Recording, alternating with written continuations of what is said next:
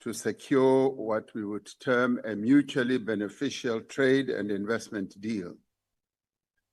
The Presidency and the Department of Trade, Industry and Competition have sent representatives who are currently in the United States, who are preparing for the further formal negotiations with the United States government, which should be taking place in just a few days.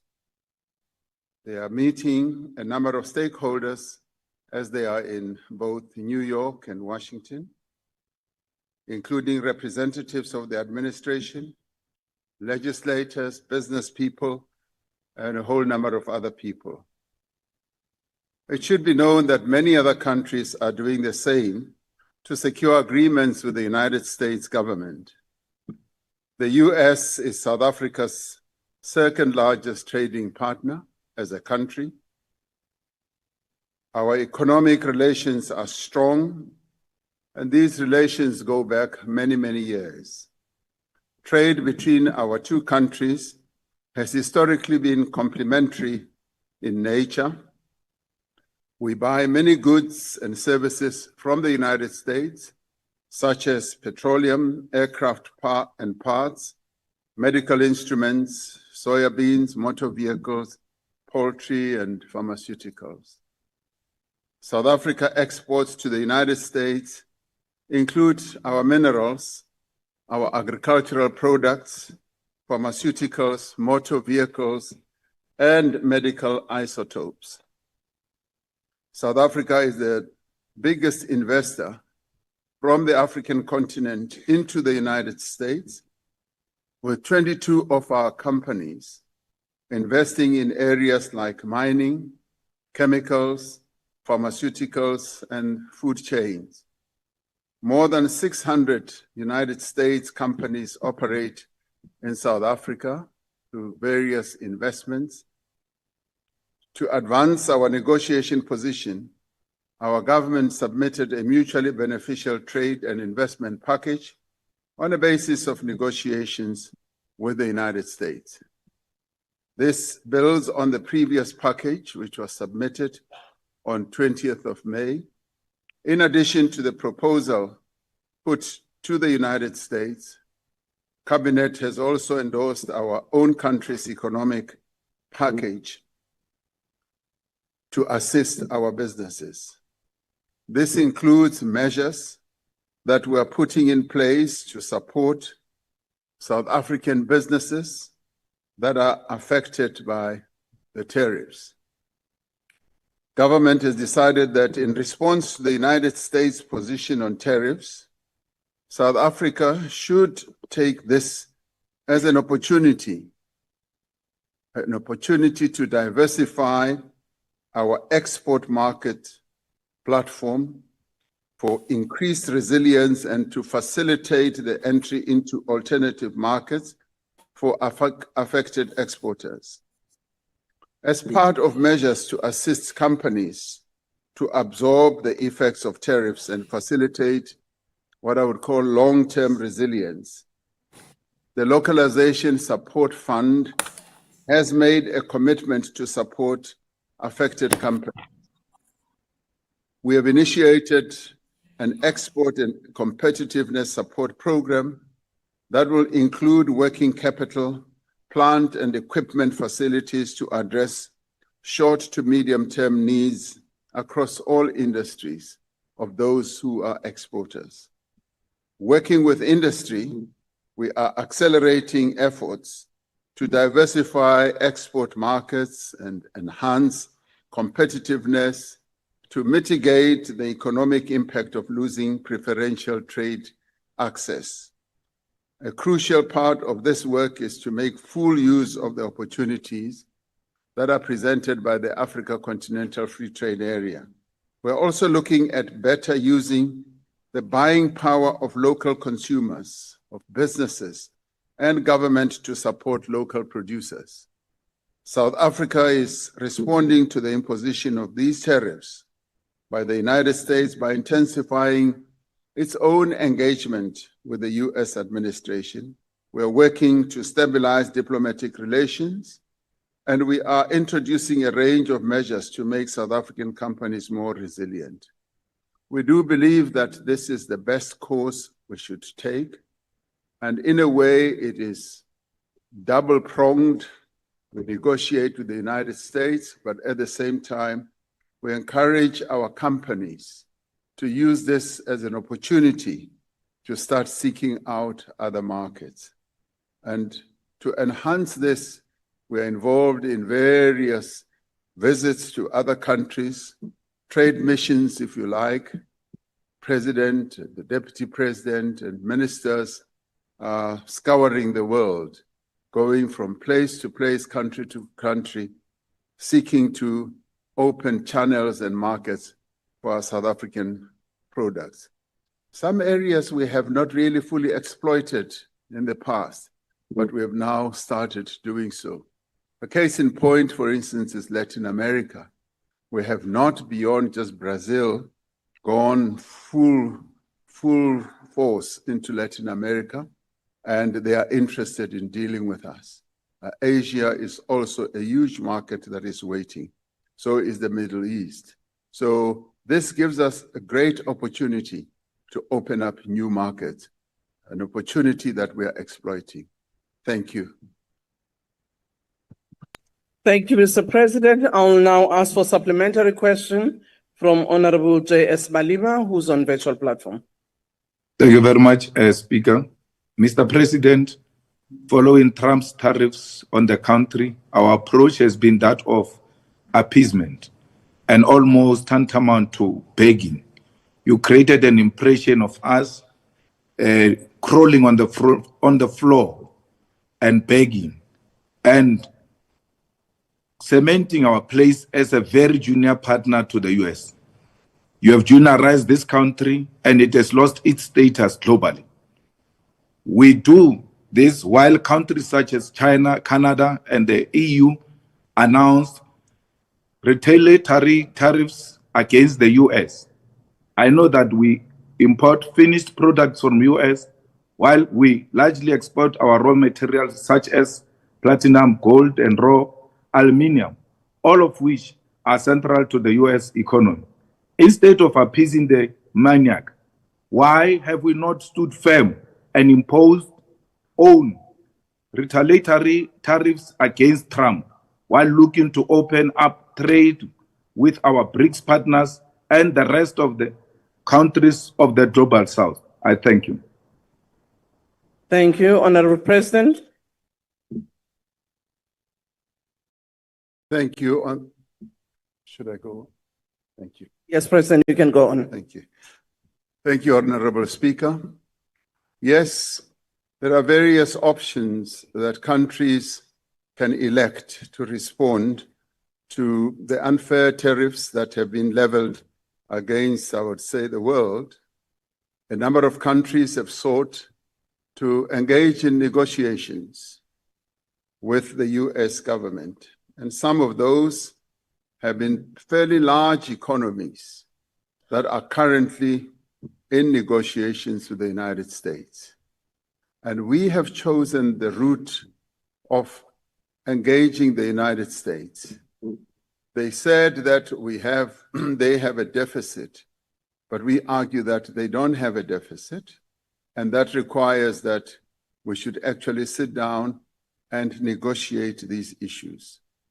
And in sitting down, we've come to the conclusion that we will find good answers to be able to take matters forward. And let me say, our response has also been informed by engagement with our own private sector. Our own private sector as exporters, as well as importers, have been very much involved in crafting the response that we have offered to the United States, including the trade union movement. And it's all very well to say what we should have done is to retaliate. And in retaliation, you've got to be absolutely clear whether you will be able to achieve precisely what you need to achieve. We believe that we are on the right course. a course that should end up with a mutually beneficial outcome. The United States is our second largest trading partners, accounting for hundreds of thousands of workers who are employed here. The 600 US companies that are doing business in South Africa employ many people, and it is the interests of these many people that we as a government have to take care of before we engage in a war that may not yield the results that we want. So if one wants to play to the gallery, one could embark on the type of option that Honorable Malema is talking about without knowing what outcome that option will have. Our option is informed by what we want to gain. And what we want to gain is to continue exporting to the United States as much as possible and to enable companies also to invest in the United States, but to also get United States companies to invest in us. And we do have leverage. And our leverage has to do with, yes, the natural resources that we have, the minerals that we have, which the United States needs. The discussions that we are having now with the United States also revolve around that.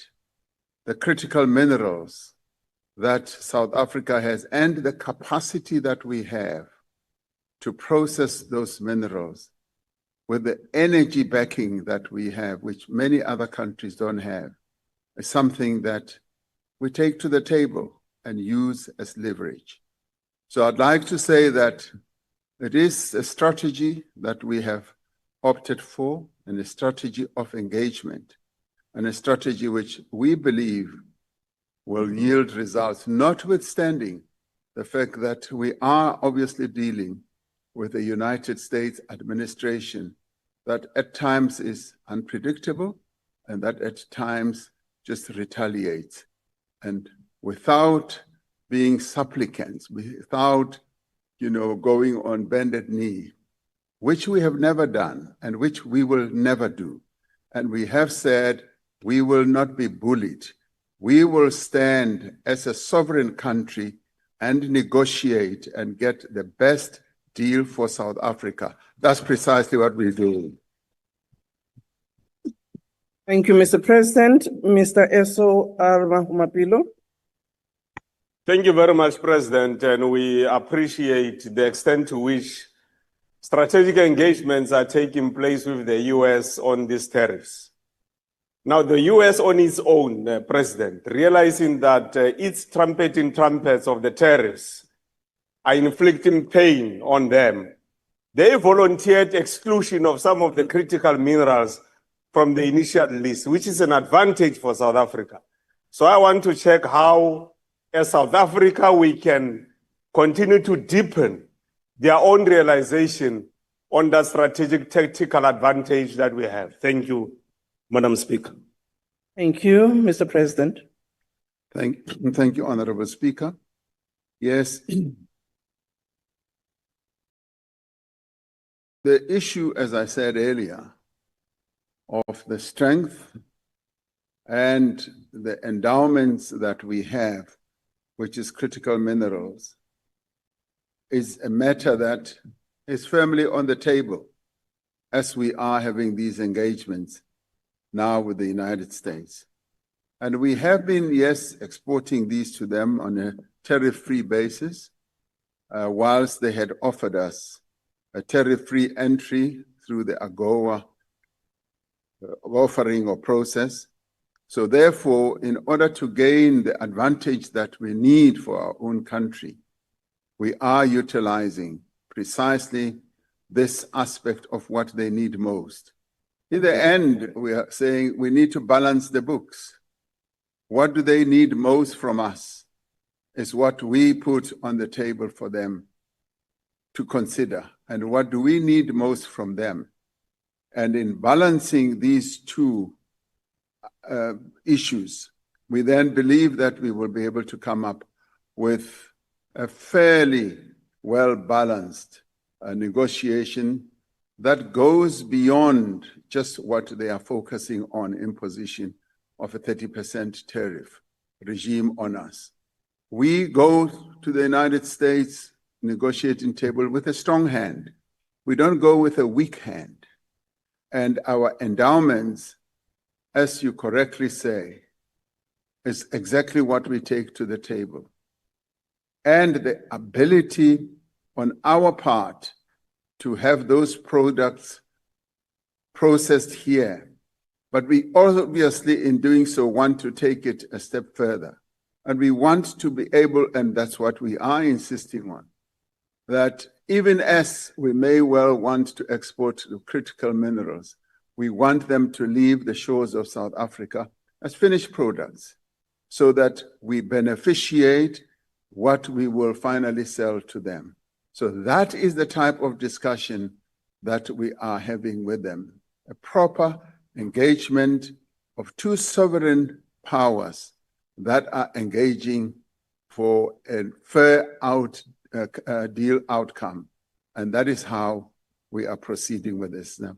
Our people who are in the United States now are fully fired up with this type of approach, and the Minister of Trade and Industry and International Relations will be joining them, and they will be advancing those discussions. We are on the ground, and we are working the ground in the United States as we speak now. Thank you, Honorable Speaker. Thank you, President. Mr. R. Smith. Thank you, Honourable Speaker. Mr. President, as this question so rightly points out, a full spectrum of government responses is required to negotiate the best possible deal for South Africa in light of the USA's imposition of a 30% tariff on South African imports. Part of this response, which is your sole responsibility, is the appointment of a capable ambassador to represent our interests in Washington, D.C. Can you confirm to this House that South Africa's ambassador nominee to the United States of America will be a capable, skilled, and non-partial career diplomat and not another party political deployee? Honorable President. Yes. The appointment of South Africa's ambassador to the United States, which is soon to be finalized and made public, will be a person who is capable, a person who is sufficiently well experienced and sufficiently well versed in world views and world politics, and who knows the American market extremely well. That is the type of person that we are going to appoint. It's interesting that they themselves have over some time been mulling over who to deploy to South Africa. And indeed, we found that countries in these days, because the geopolitical situation has changed so much, are scratching their heads so much to find the most suitable people that they can deploy in various markets, and to get people with the necessary skills and know-how and experience and worldview. And that is the type of person that we are going to deploy to the United States as ambassador, as we also await them to bring their own, and as we also will be deploying a number of others to other markets and locales. So the answer to your question is, yes, we will be appointing a well-versed and a well-rounded person who has the necessary skills. Thank you. Thank you, Mr. President.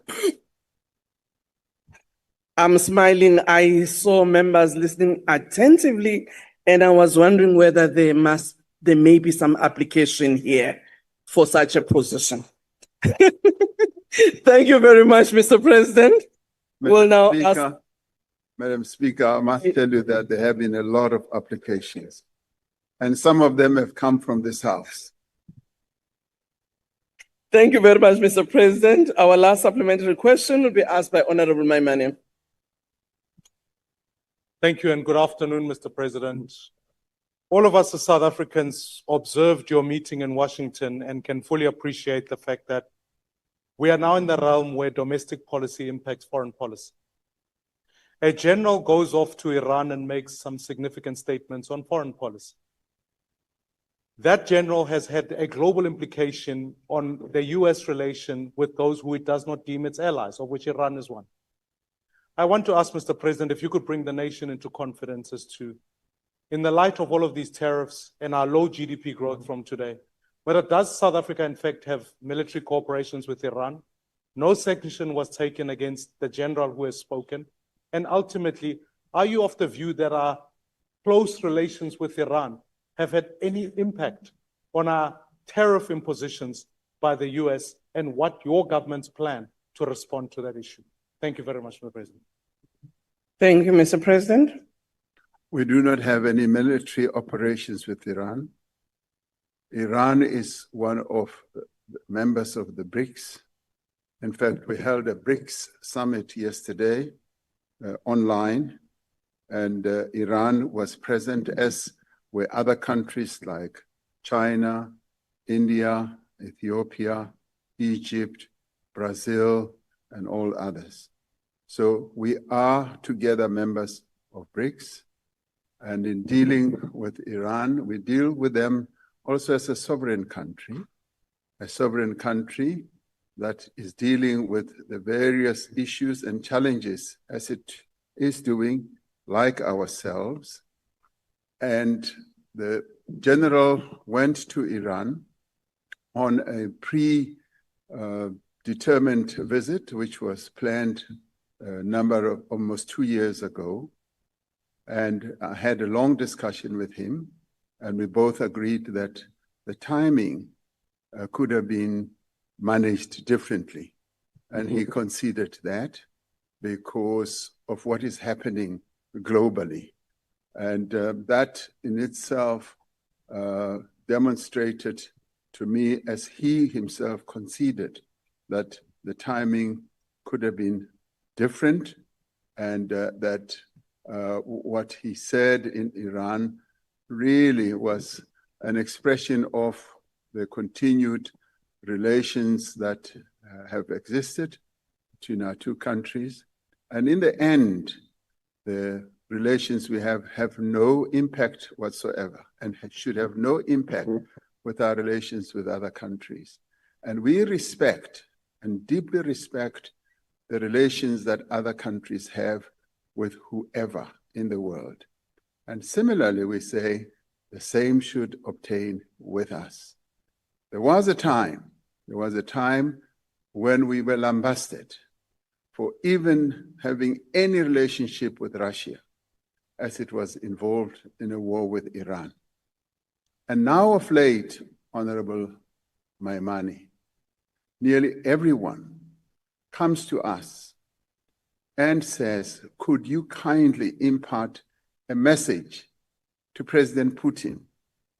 And these are largely countries that had decided to shun Russia, to boycott Russia, and never want to have any discussions with them. And we've often said, do continue engaging with Russia. I remember very well when I went to the White House and met President Biden. And I said, do not disengage from talking to Russia, even as there is a conflict. And he said, can you please pass on a message to Russia, because you have historically had a relationship with Russia, because he said himself, we know that Russia was one of the only countries that supported your struggle as you were involved in a gigantic struggle against apartheid. I said, yes, they did support us, and we've continued to engage with them. And our engagement with them does not result in the abandonment of our own principles. We have principled And they deal with us with great respect, with great honor, knowing very well that we are a sovereign state and we will not abandon our principles whatsoever. And now, many of them are then calling us and saying, can you please pass on this message to President Putin about the Ukrainian war so that we can find settlement? And this is done by nearly all of them. And these are countries that criticized South Africa very harshly when the Ukraine-Russia war started. Now, of late, they become converts. They now come to us and ask us to pass on messages and to see how best we can work for peace. Now, the position we've always had is that we, in pursuing peaceful outcomes, will talk to all parties. We will talk to those who are belligerents in any conflict, and we will adhere to our principles, and our principles are to make peace, to make sure that there is peace in the world and all conflicts are resolved peacefully. So our standing as a country has been greatly enhanced. Much as others say our standing has been dashed, it has actually been greatly enhanced as many countries want to talk to us and see how best we can get involved in settling the variety of conflicts around the world. So the Iranian case is a case in point, and we've been very clear in our dealings that they are principled, and we will always adhere to our own principles and values and never abandon those. Thank you, Honorable Speaker. Thank you, Mr. President. We are now moving to the second question, question 14, that has been asked by Honorable M. Ntuli. Honorable Ntuli, unfortunately, has a family engagement and is not here physically and has asked Honorable Mpapane to take the question on his behalf. The question is considering his State of the Nation address on 9 February 2023, in which he emphasized the creation of a state bank, which entails licensing the Postbank. What measures is the government taking to support the Postbank in acquiring its full commercial banking license, and whether the government has established the need to capitalize the Postbank to ensure its commercial viability? Honorable President. Thank you, Honorable Speaker. Driving financial inclusion remains a national priority for us. When more South Africans, especially the South Africans who live in the rural areas and underserved communities, are able to access affordable banking and credit, we unlock entrepreneurship, support job creation, and stimulate growth in local communities. Now, financial inclusion also empowers youth and women-owned enterprises, but it also narrows inequality and builds resilience in households and communities as well. South Africa has a well-developed and competitive financial services sector, and in fact, one can say almost second to none on our continent. And it is one of those great attributes that investors also look out for to distinguish our market from many others. Our commercial banks, development finance institutions, cooperative banks, and new digital entrants all provide a range of financial products and services to small businesses and individuals. But of course, we want much, much more access by our people, particularly your small, medium enterprises, to have easy access to finance from these institutions. The Postbank Amendment Act was enacted to strengthen the diversity of our financial sector and to ensure a dedicated focus on underserved communities. The act was meant to establish a Postbank as a developmental state-owned commercial bank offering accessible financial services to all South Africans, but more particularly to South Africans who live in the rural areas.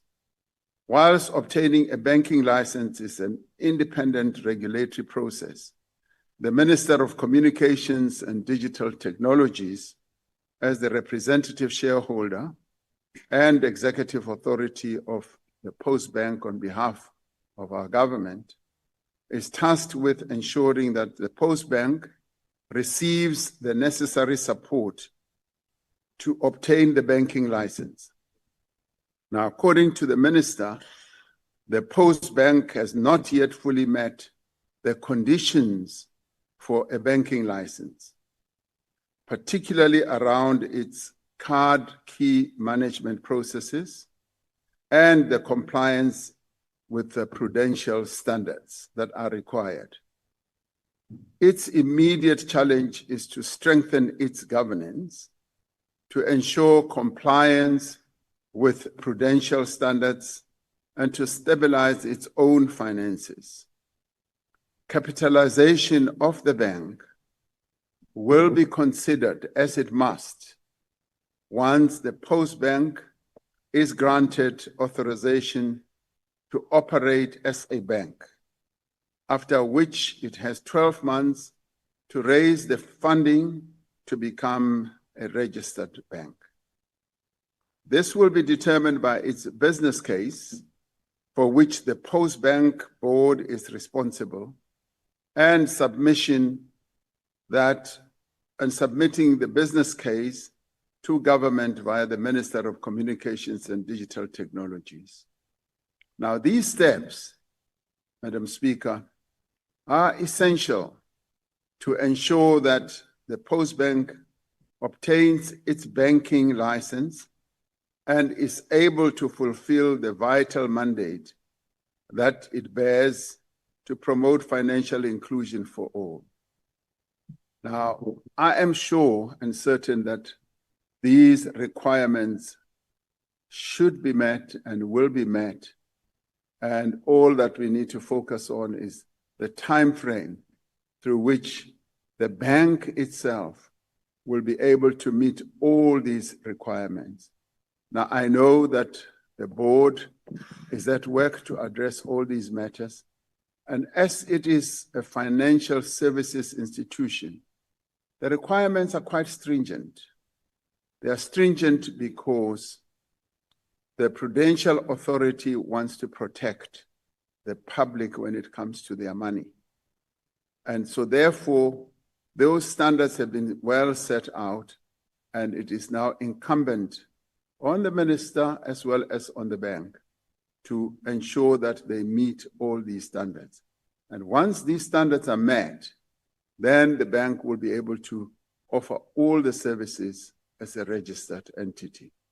Thank you, Honorable Speaker. Thank you, Mr. President. Honorable D. Mpapane. Thank you very much, Honorable President, for the comprehensive response to this question. One of the measures that has enabled the Postbank to obtain exemption in terms of the Banks Act to implement its commercial strategy and ensure its viability in the interim is the Master's Service Agreement with SASSA for the payment of social and SRD grants to beneficiaries. The Department of Social Development and SASSA has indicated that they will terminate the MSA agreement. The effect of losing the master service agreement with SASSA could place the bank at risk of insolvency and possibly going under liquidation, which could see the bank retrenching over 250 employees and not obtaining its full commercial license. What is government doing to avert the risks that are associated with this, with the termination of this agreement? Thank you. Thank you, Honorable President. Now, according to SASSA, the agreement it had with the Postbank no longer serves any purpose. And that is why that agreement is to be terminated. It is said that since the termination of cash pay points and other over-the-counter services at the post office, and the removal of the post office as a recognized grant payment channel, the agreement is no longer relevant. The department is, however, in discussions, and this has involved a multi-departmental type of discussion to try and forestall this whole fallout. In the end, your SASSA beneficiaries will not be affected because they will continue with their own accounts. But the operation of the post office itself is what is currently under discussion to ensure that we forestall the total collapse of the post office. Now, indeed, the Postbank has to meet a number of requirements, and we have said that these should be met on an urgent basis so that we can see how best we begin to address the whole issue of capitalization. Thank you, Honorable Speaker. Thank you, Honorable Maudre. I will take the question.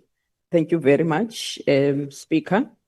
President, in terms of the statement released by the South African Reserve Bank on the 25th August, we know that the Postbank is still a designated clearing system participant and not a fully fledged bank. Yes, we've heard you that we're in the process of establishing it as a fully fledged bank. But in 2018, we introduced a bank amendment bill in terms of which we proposed that the bank should be a fully fledged state bank. Further, we proposed that the public service bank be established using the asset base of the African Bank, which is largely owned by the South African Reserve Bank and the GEPF.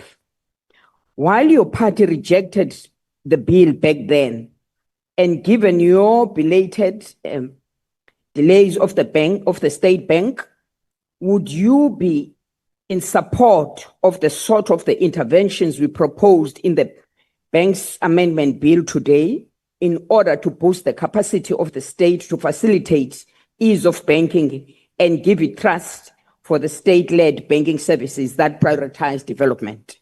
Thank you. Thank you, Honorable President. Thank you. The issue of a state bank has been a topic of great discussion amongst all of us. And there is general agreement that there should be a state bank. The whole question is really how do we then move forward to put it together? And how do we put all the key elements, whether they reside in the Postbank or whether the African Bank could be part of them. And we should remember that the African Bank has other shareholders who are not state entity parties, who are like your commercial banks. So all those entities now need to be properly synchronized to ensure that we do utilize whatever assets that there are to create a state bank. I do think that we have moved quite considerably closer to what we could finally emerge as a state bank. Of course, the key question is going to be capitalization, and if current assets that reside elsewhere can be put together and with whatever input the government can make to set up a state bank, that will be the ideal outcome. So in the end, I do believe that a state bank is no longer a question of whether it will be set up or not. It is really the mechanics of how we go about setting up the state bank. That it will be done, in my view, is a foregone conclusion. It will be done. How we go about it and how quickly we move to set it up is the critical question. And it is a question that I believe is being addressed both by Treasury, by the central bank, and also a number of other entities as well as ministries. So a state bank is something that is going to happen. Thank you. Thank you, Mr. President. Honorable MC Mafakane.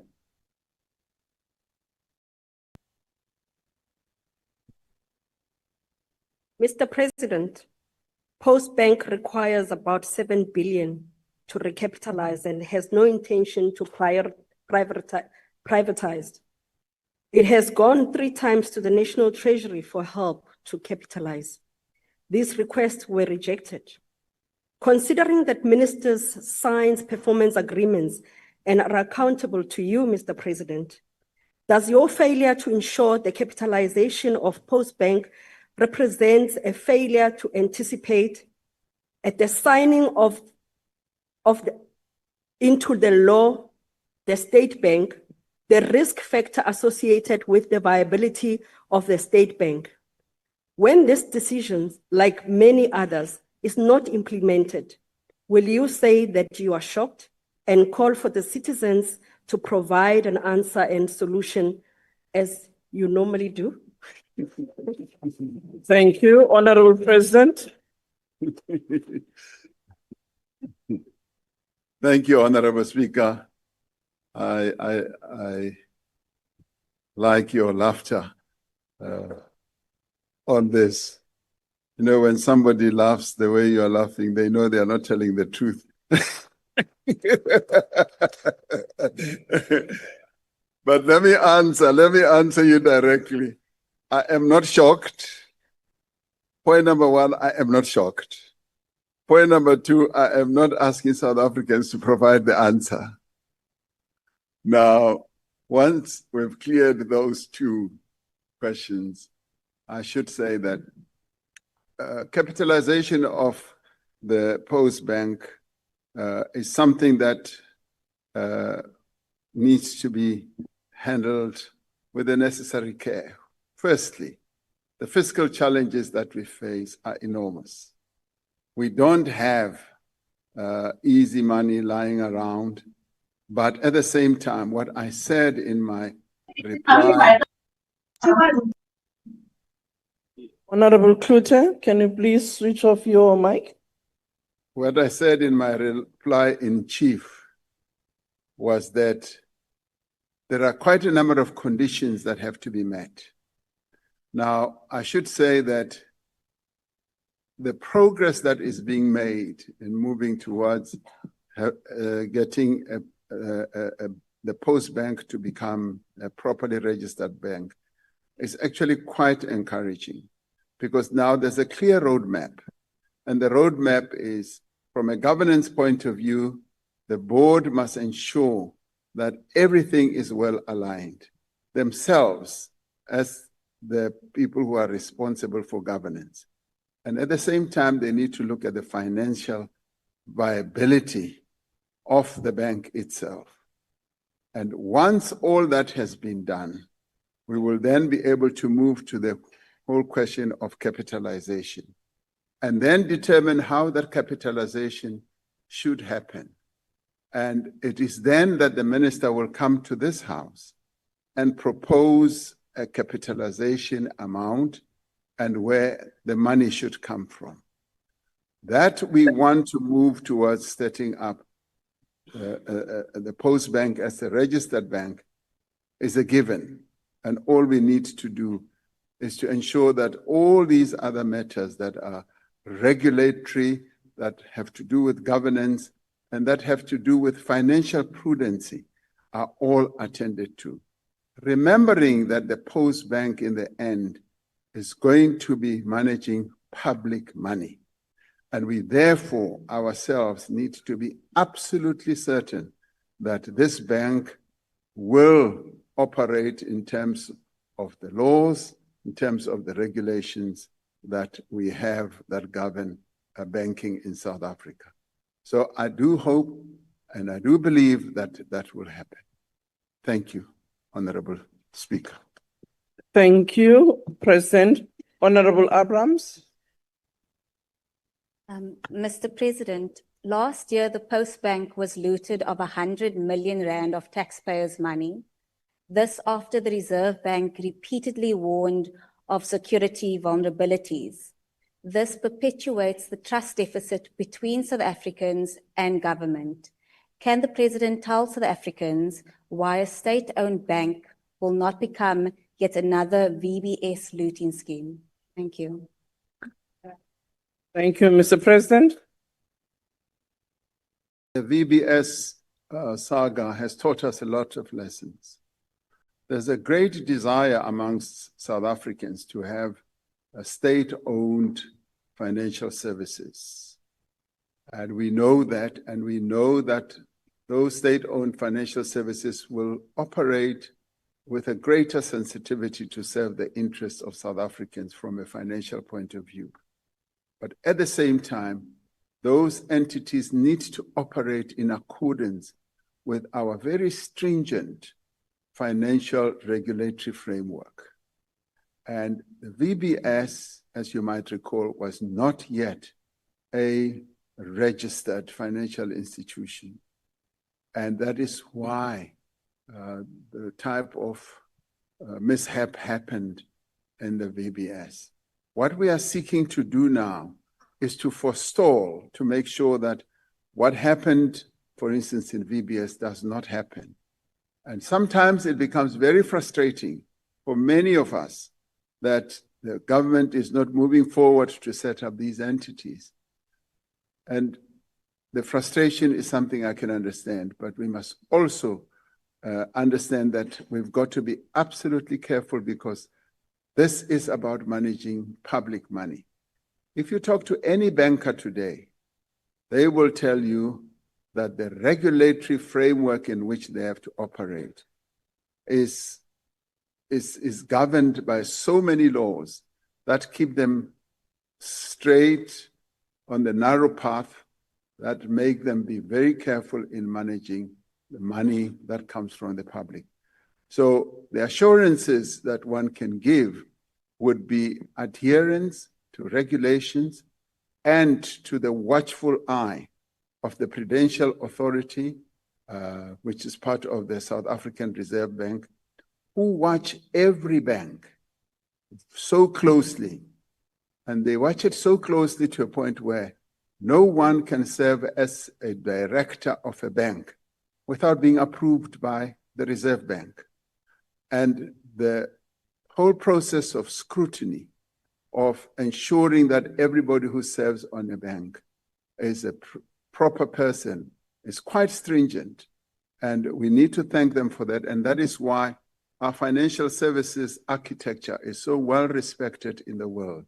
So when the Postbank finally gets that license, it will join that league of well-regulated bodies and well-managed bodies to ensure that things like fraud and the disappearance of money does not happen willy-nilly. So we should trust our regulatory framework and know that once we accede to that level of approval, a lot will be much better and safer. Thank you, Honorable Speaker. Thank you, President. We now move to the third question coming from Honorable G. Bichalakis, the Chief Whip of the DA.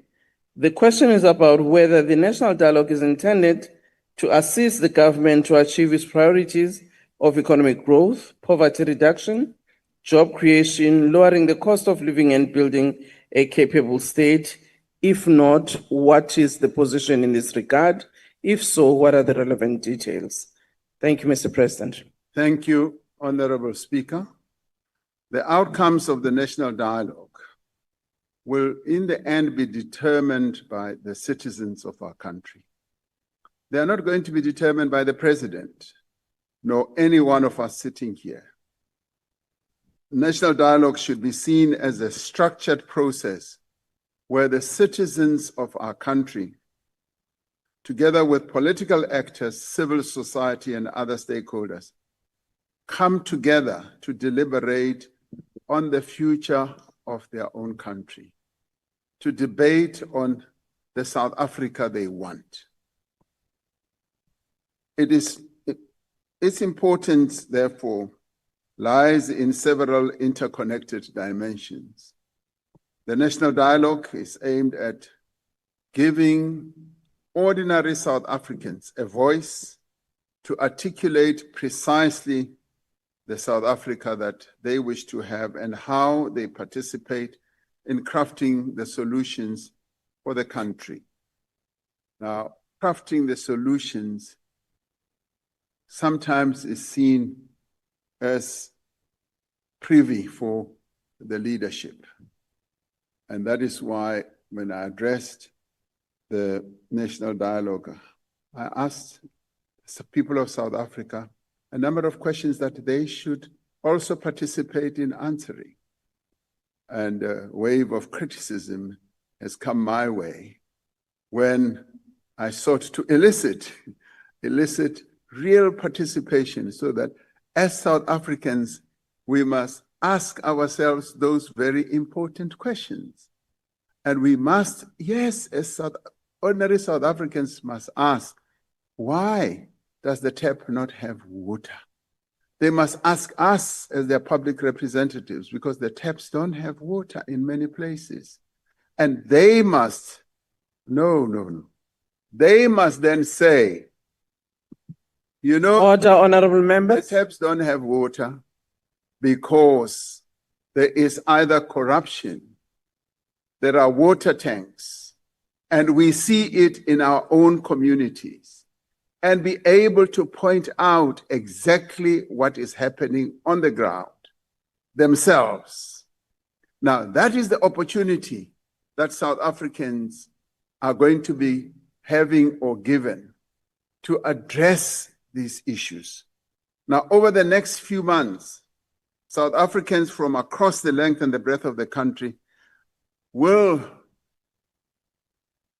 be engaging in conversations on the issues that concern them deeply.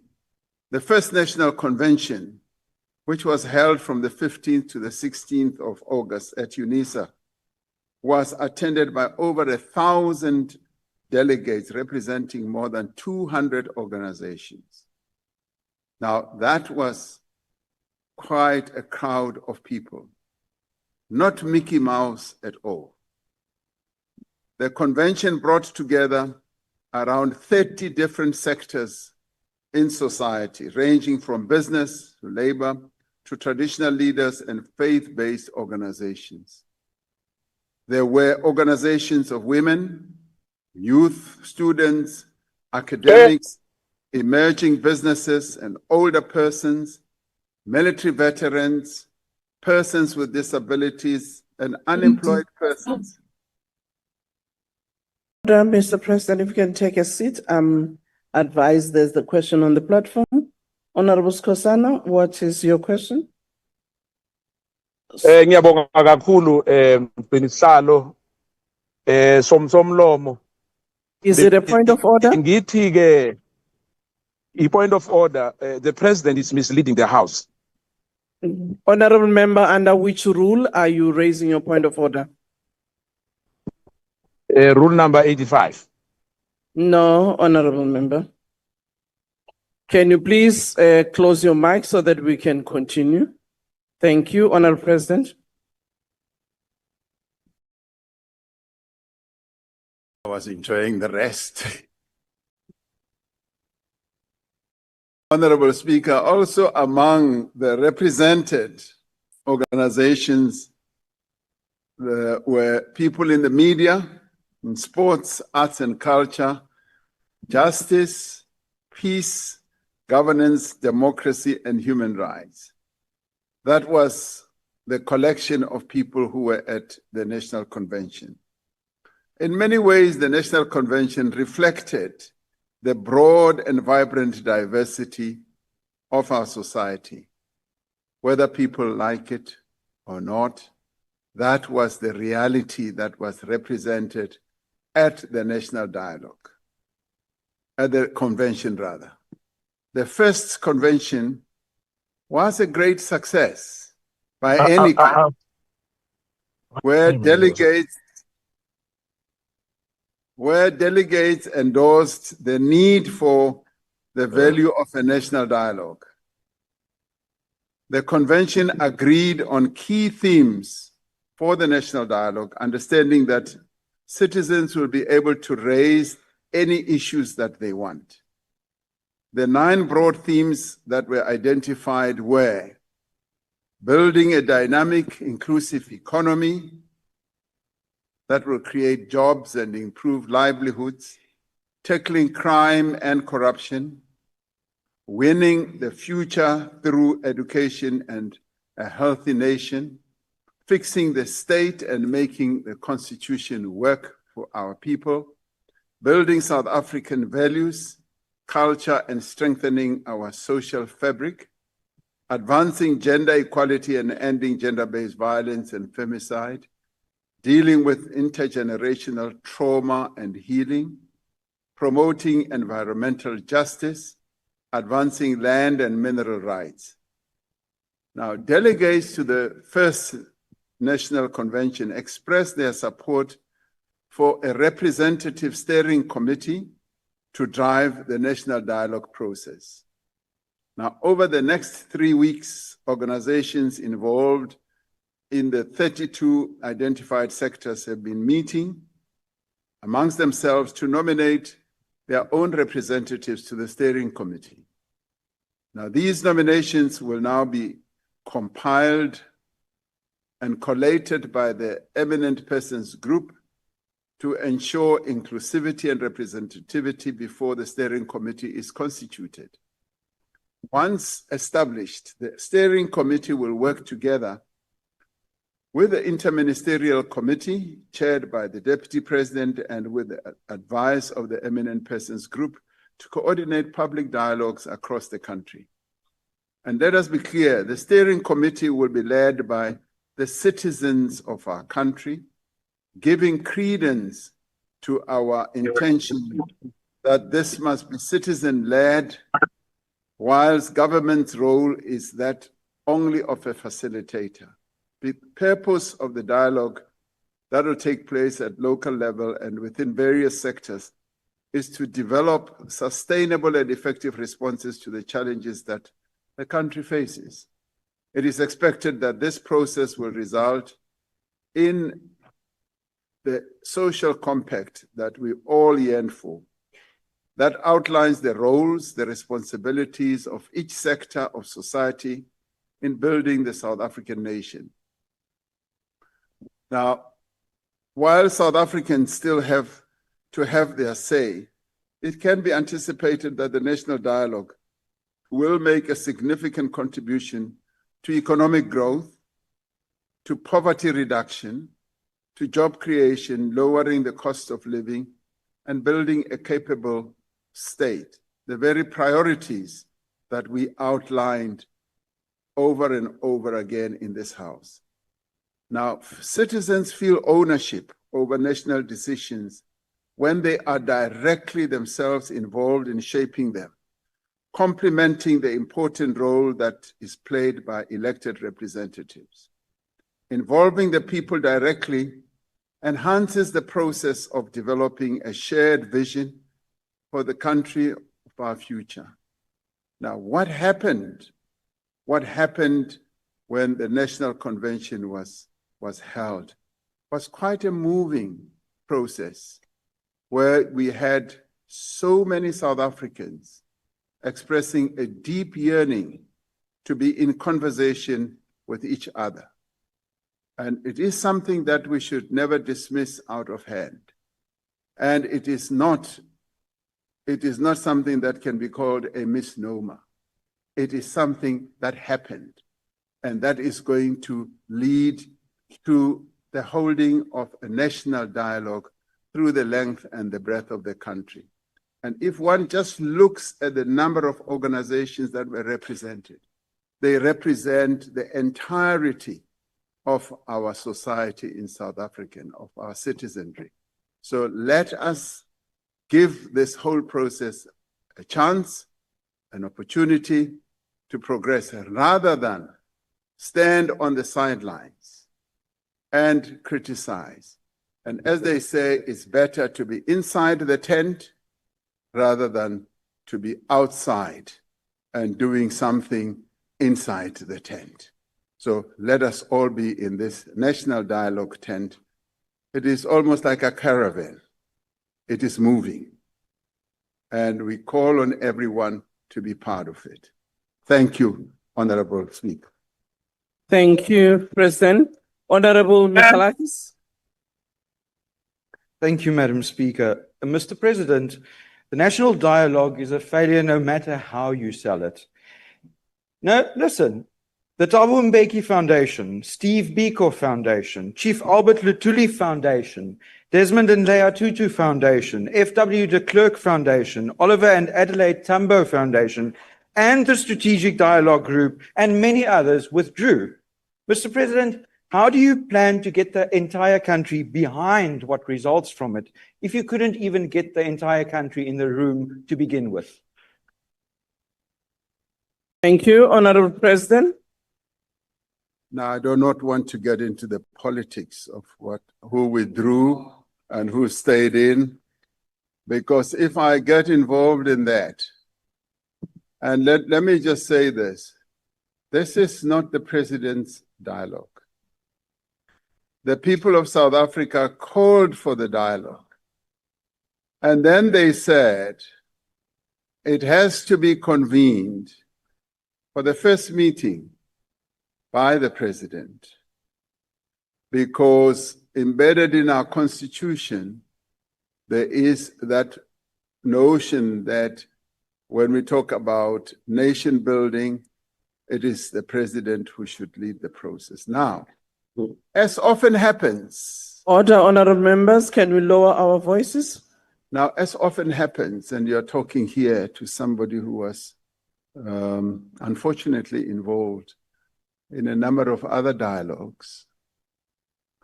You know, we had the peace process in our country when the country was dogged with a lot of violence. A number of South Africans got together and said we should have a peace summit. And when that was held, a number of other people did not participate. But a peace pact was framed, and it helped to bring down the levels of violence in the country. When we were moving forward to democratize our country, I remember very clearly we held a convention for a democratic future, which brought together a number of organizations. Many others did not participate.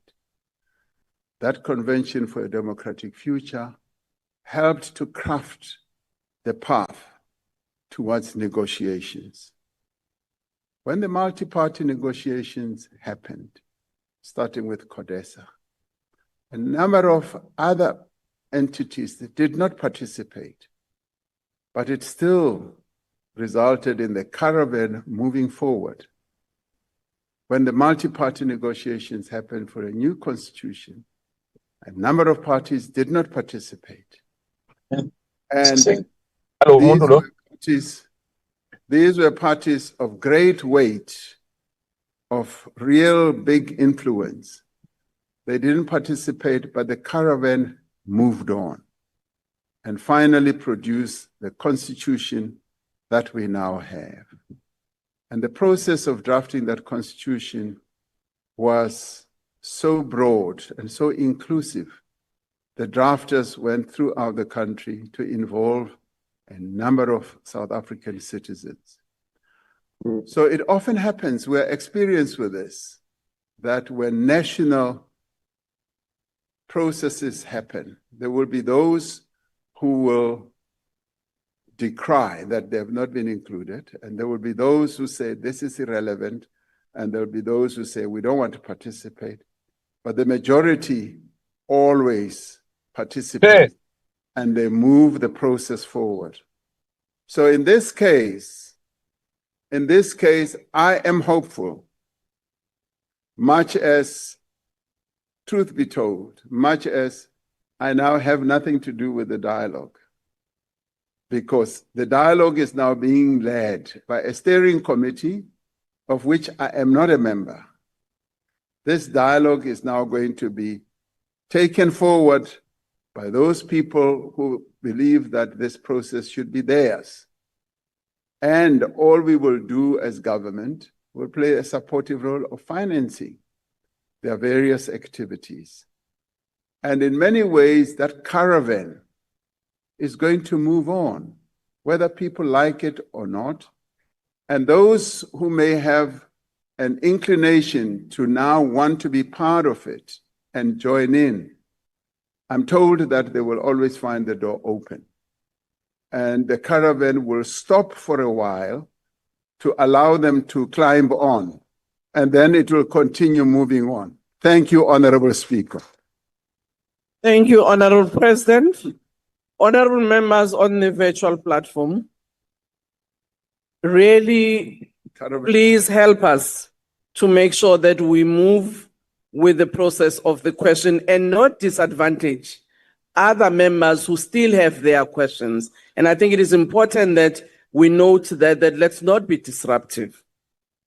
Can I ask Honorable Ismail Musa? Order, honorable members. Thank you, Honorable Speaker. His Excellency, the Honorable President Cyril Ramaphosa, thank you so much for the opportunity. Considering the widespread public perception of a lack of trust at grassroots level in government, and noting that NGOs and civil society organizations are playing a pivotal role in supporting communities where government capacity falls short, it is concerning that their pivotal role was not adequately prior engaged, recognized, or included in the national dialogue. So may I ask you, Honorable President, does the national dialogue intend to broaden its engagements to meaningfully include grassroots and civil society organizations at its top structures so that the process is more adequately and genuinely people-driven? In the interest of our South African citizens, given the urgent realities faced by millions of South Africans... Thank you. Your time is up, Honorable Member. I'm sure the President had picked up at least one question that you asked. Honorable President. Thank you, Honorable Speaker. As I am no longer involved in the whole process of the national dialogue, I'm told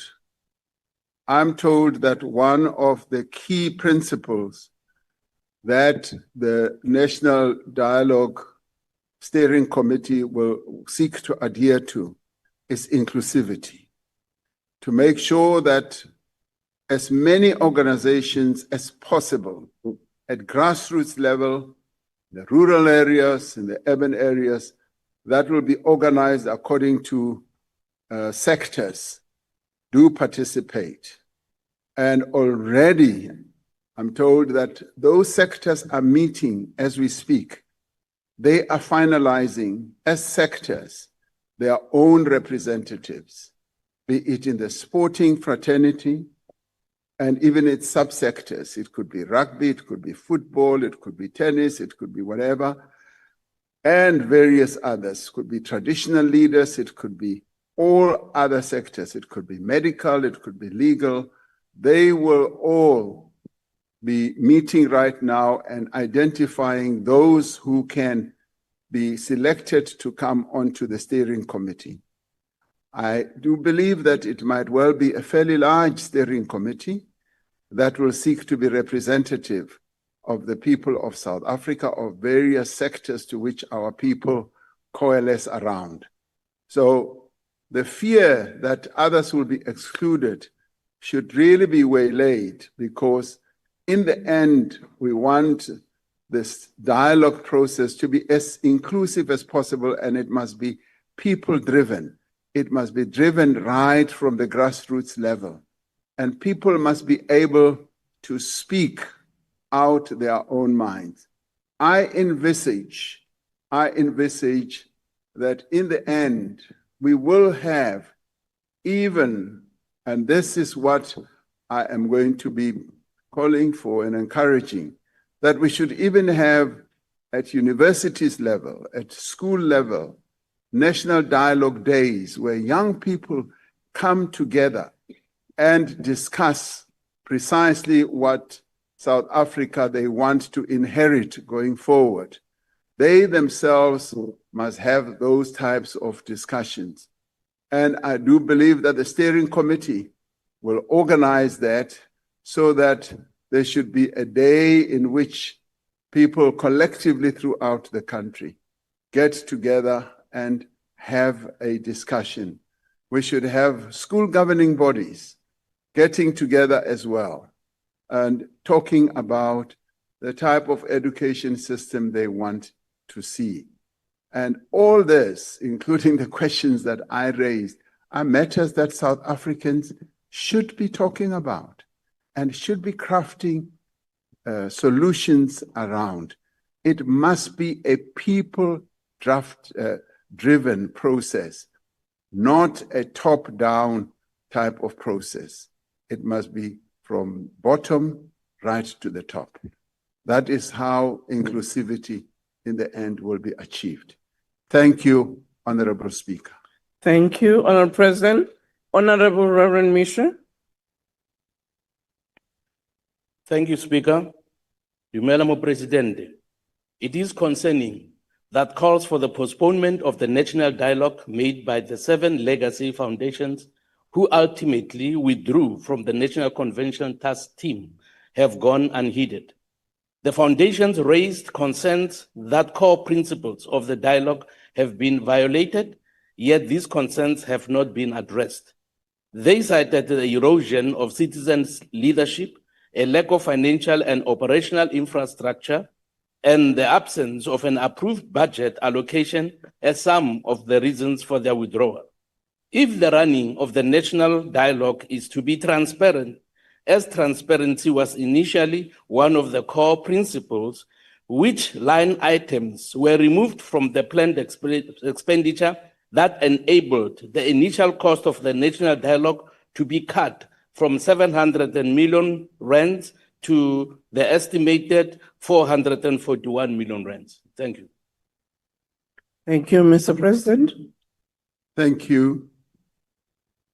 The decision to go ahead with a national dialogue and the decision for me to, as it was planned, to convene it was a collective decision. It was not one person's decision.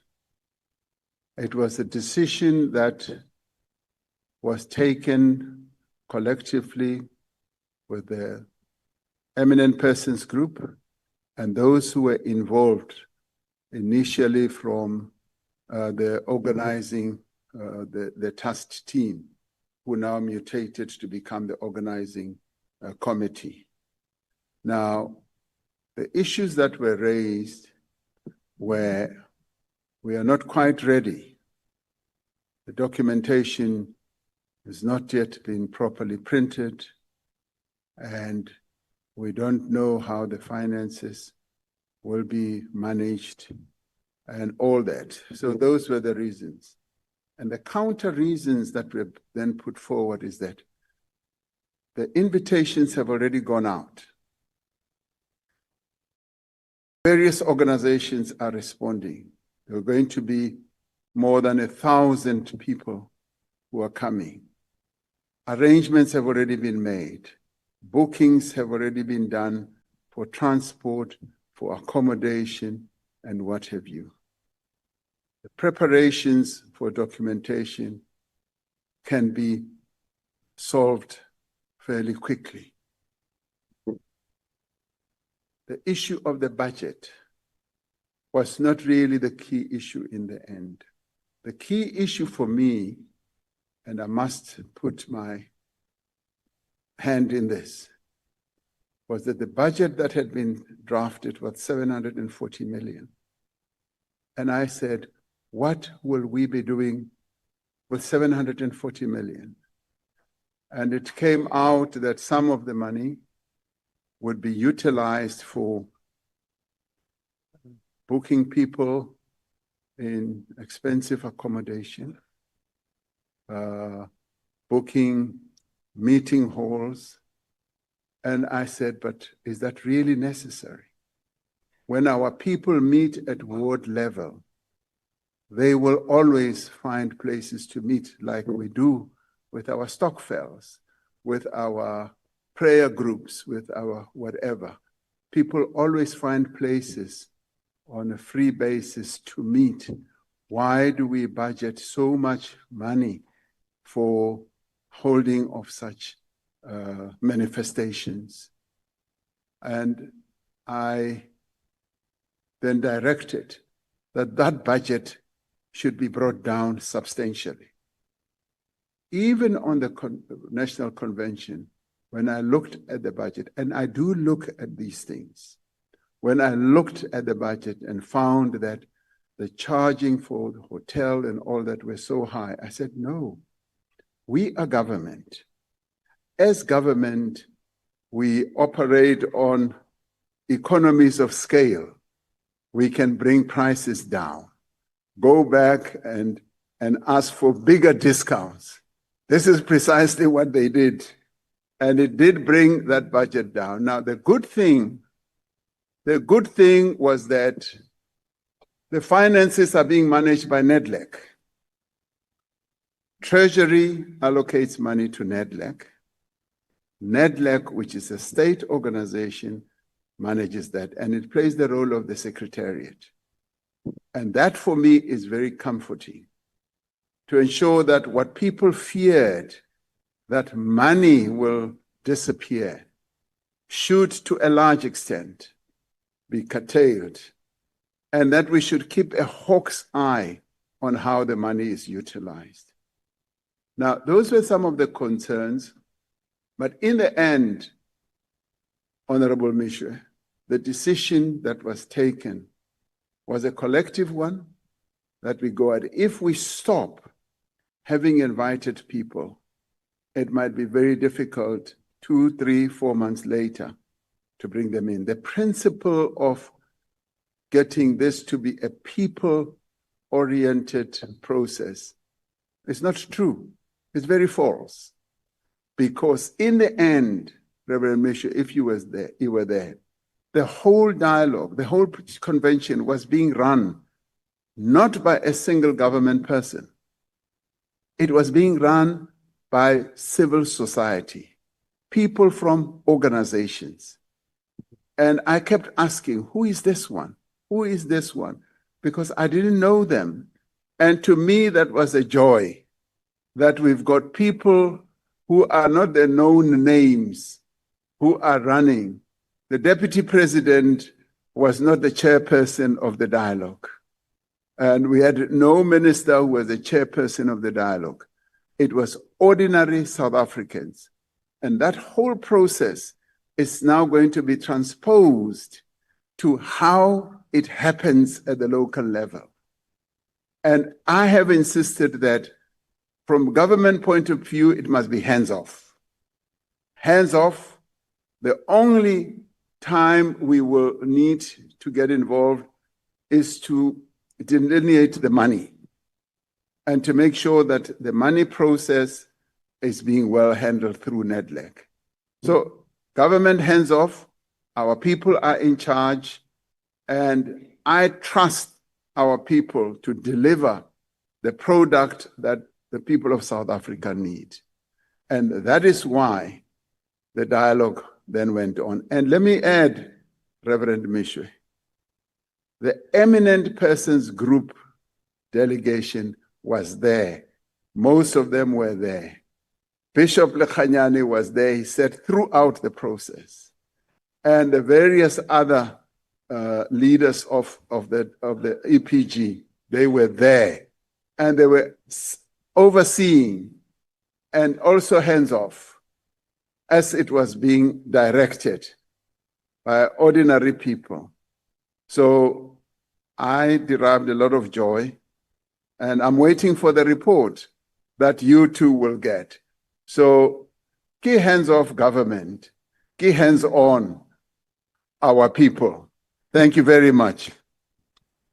Thank you, President. Honorable Dr. C.P. Mulder. Thank you, Honorable Speaker. Honorable President, I will want to make 3 quick points and then a question. The first point I would like to make is you refer to the questions that you've asked during the convention.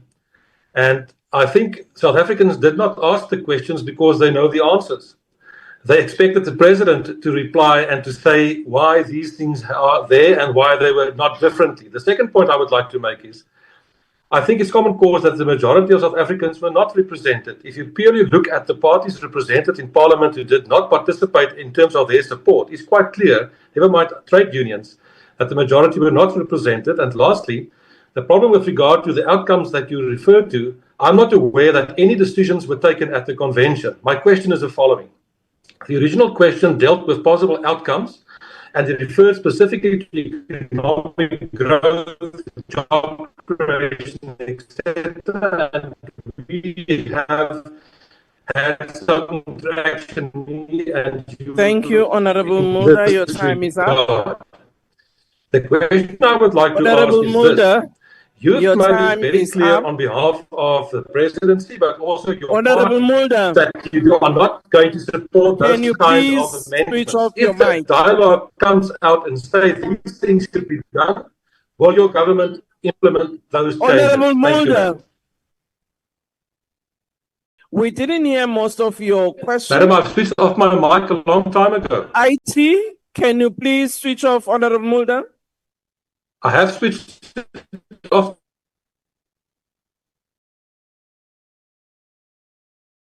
Mr. President, you can answer a question you had because it was very difficult. Thank you, Honorable Speaker. It was very difficult to hear, and whatever I might answer might not entirely answer the questions that he might have had. But to the extent that I had, Honorable Mulder seems to be saying that the majority of parties represented in Parliament are not participating in the dialogue. That may well be so, but there are some parties that are in Parliament that are represented in the whole process of the national dialogue. And as I said earlier, at times when we hold national manifestations, there are those who choose not to participate. And I think, past just begging them to participate, we can never, as the English say, take a horse to the river and force it to drink. And I'm expecting that with time, as they see this process unfolding, they may well want to participate. But in the end, the value of South Africans talking to each other, and let me be clear, let me be very clear, it is South Africans who will be talking to each other, meeting at ward level, where even our voters, the people who voted for us, are represented. So they will be talking. And they will not even be, cajoled not to talk. They will opt to go to those meetings and participate.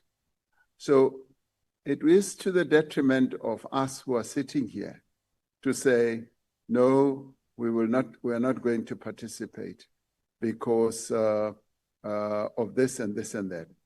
I often, and I referred to this with regard to the Pan-Africanist Congress.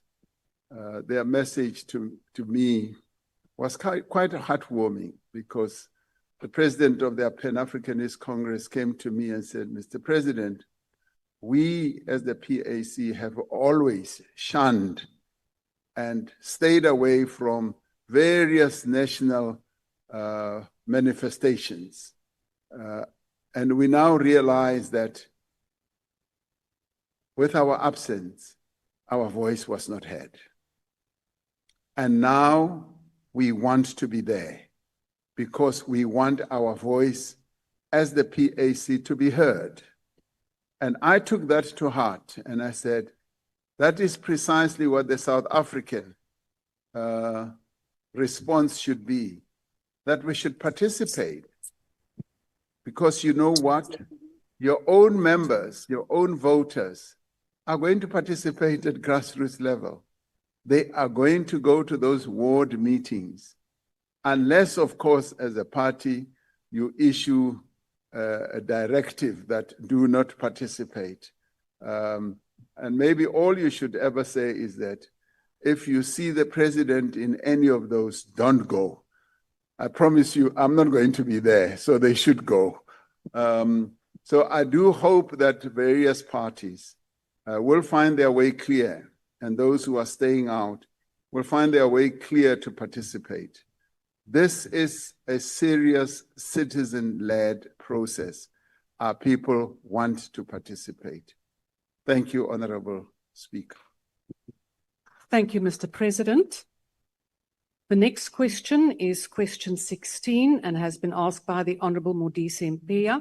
The question is, given that the Republic is preparing for the G20 summit in November 2025 in Johannesburg, what has been the assessment so far of South Africa's G20 presidency in line with the theme of solidarity, equity, and sustainability? Mr. President, before you proceed, Honorable Skosana, was that a point of order? No, it's a point of privilege. No. Honorable Skosana, we are now busy with the questions. Honorable President, please proceed.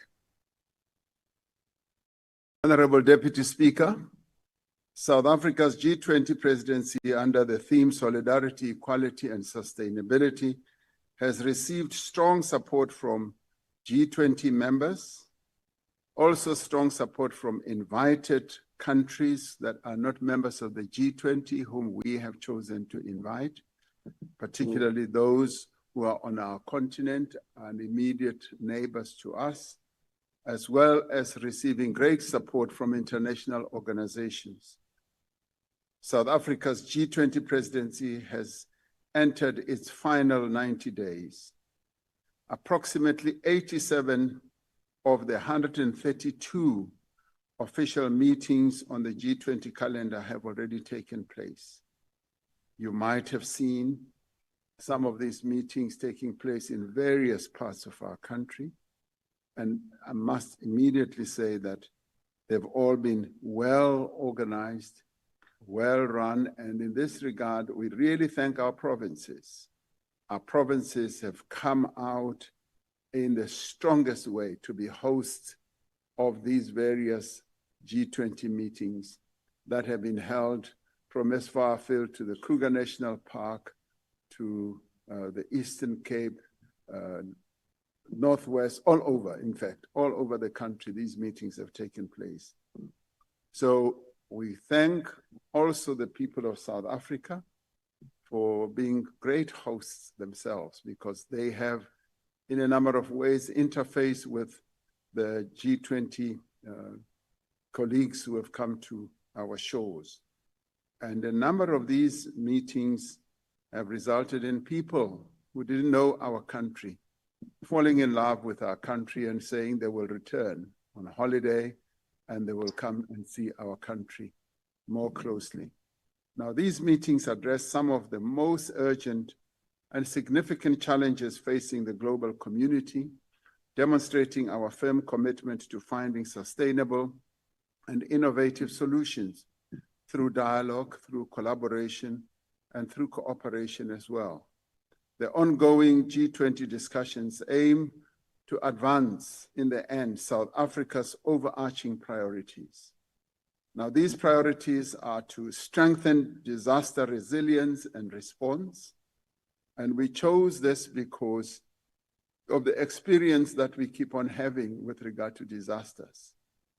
Year in and year out, 3 of our provinces continue to be befallen by terrible disasters that damage infrastructure, damage living abodes, and leading to loss of life and loss of assets and loss of livelihoods. And we want the G20 to address this. We also have wanted the G20 to address debt sustainability for low-income countries. Many of the low-income countries in the world suffer under the burden of heavy debt. And we wanted to mobilize finance for a just energy transition and also to harness critical minerals for inclusive growth and sustainable development. Those have been our clear objectives under the rubric of the themes that we have chosen: equality, sustainability, and solidarity. And for us to bring to the fore the concept of solidarity has been very important, particularly in the light of what is happening in the world.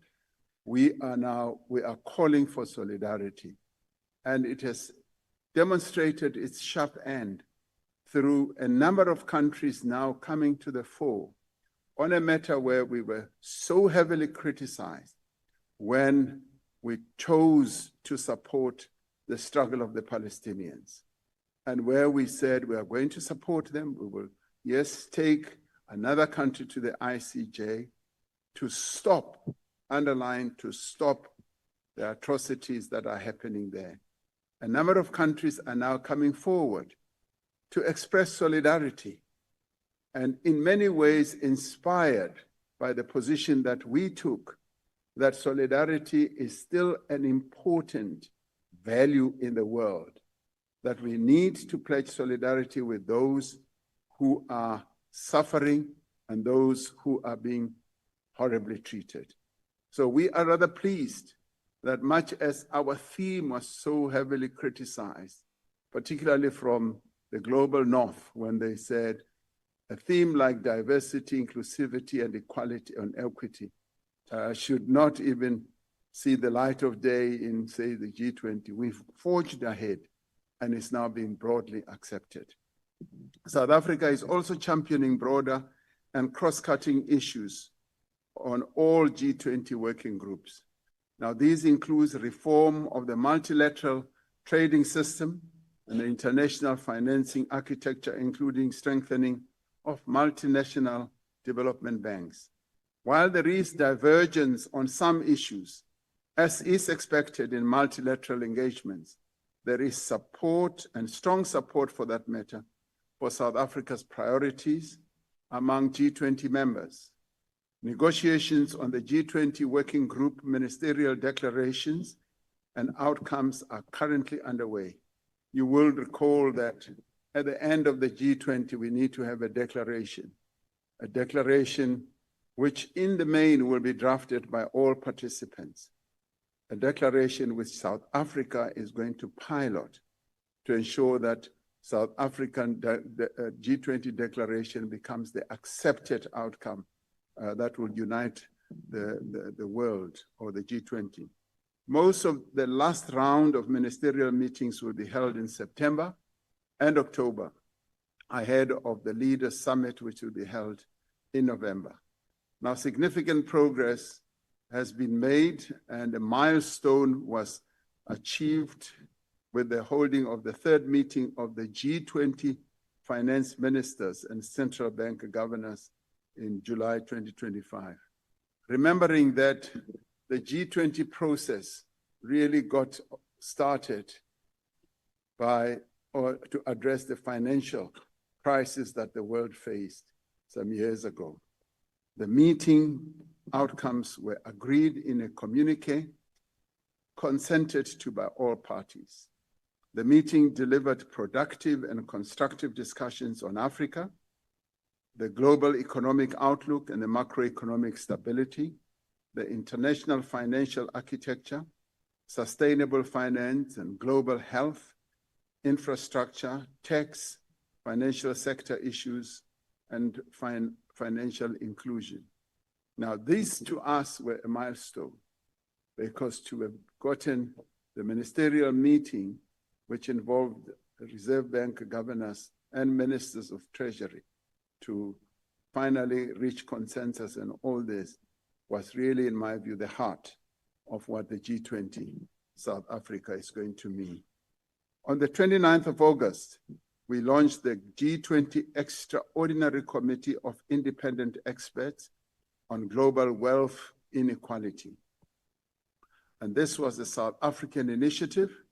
The panel is being chaired by the Nobel laureate, Professor Joseph Stiglitz. This initiative seeks to heighten global attention on inequality and outline practical action to address growing disparities in income, wealth, and opportunity. Our former Minister of Trade, Industry, and Competition, former Minister Ibrahim Patel, is going to Washington just a day from now to go and interact with Professor Joseph Stiglitz on precisely the issues that we've asked him to chair our committee on. The outcomes of the G20 ministerial meetings will form a key part of the G20 Leaders Declaration, which will be adopted at the G20 summit in Johannesburg in November. South Africa aims to produce an ambitious Leaders Declaration that will promote the development agenda of the Global South in general and the African continent in particular. So all in all, Madam Deputy Speaker, a great deal has been achieved. We are way beyond the halfway mark. We are now on the final stretch of the G20 South Africa's presidency. And so far, it's been really good.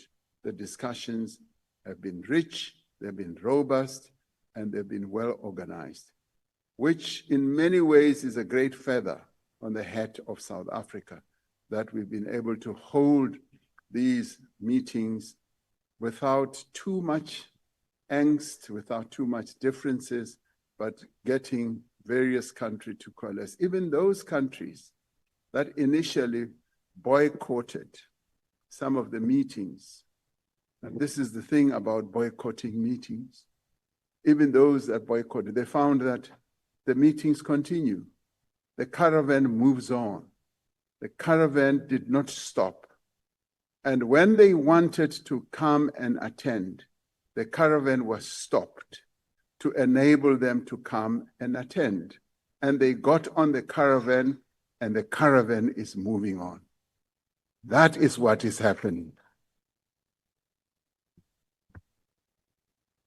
First supplementary question will be asked by the Honourable Modise Mpaya.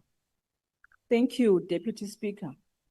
Honourable President, as the African National Congress, we are encouraged and confident that the hosting of G20 brings global attention and will help attract foreign direct investment and will create opportunities in various sectors, as you have expressed.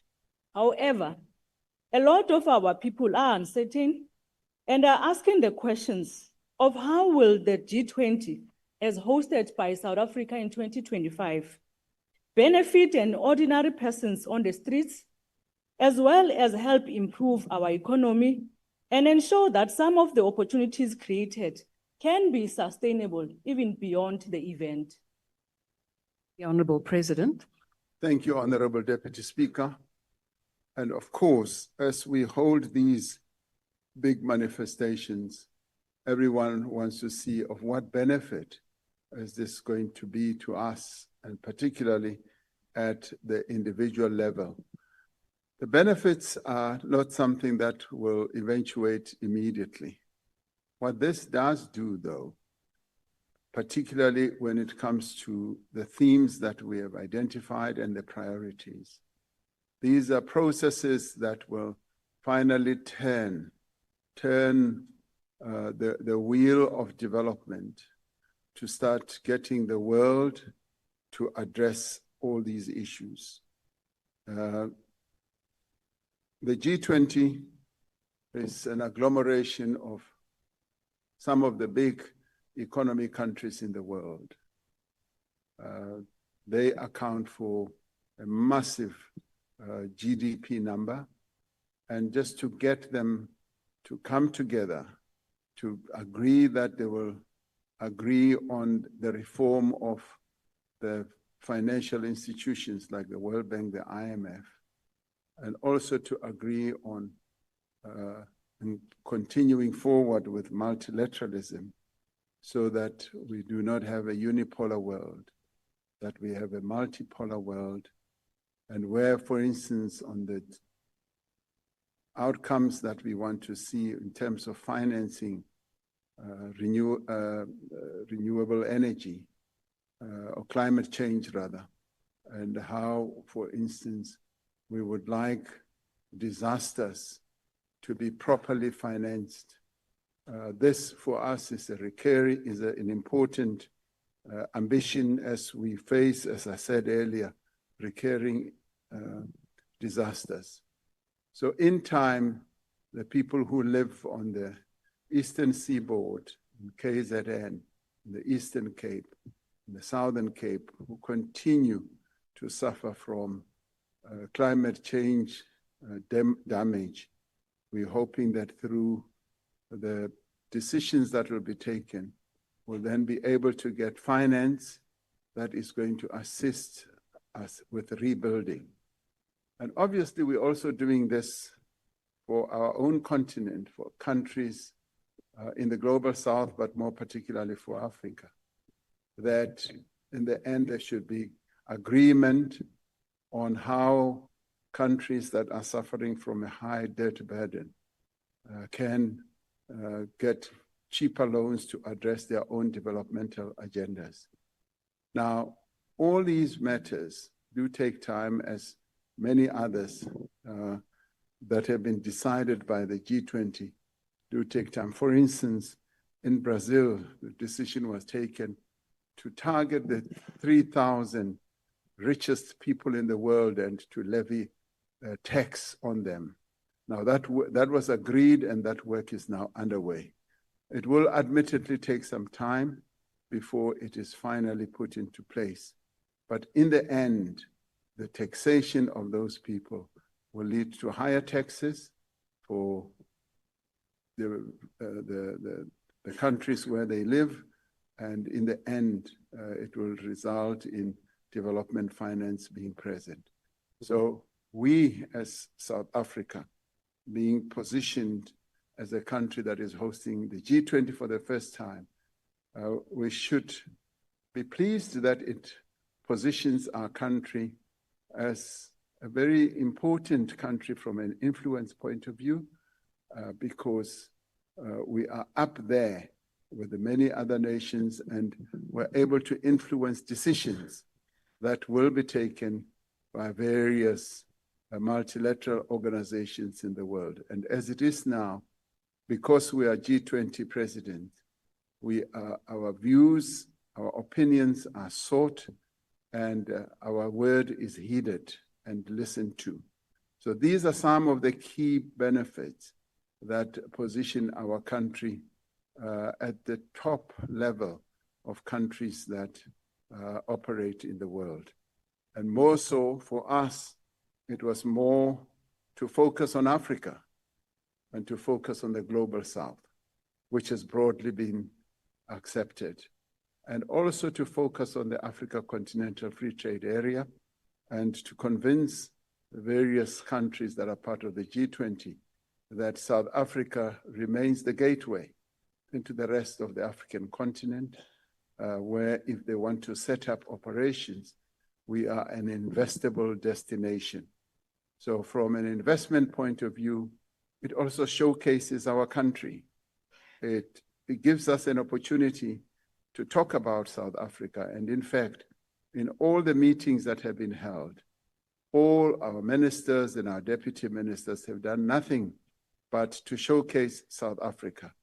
And as we have held these meetings, we've taken them to places that showcase our country as well. And that has brought tourism in and will also bring future tourism. So the benefits can be multiplied in many ways. To say this will be the one thing that everyone will benefit from would be false on my part, but it's general benefit, and it's a good opportunity that we have. It's an opportunity that may only befell us or come to us possibly 20 years again from now.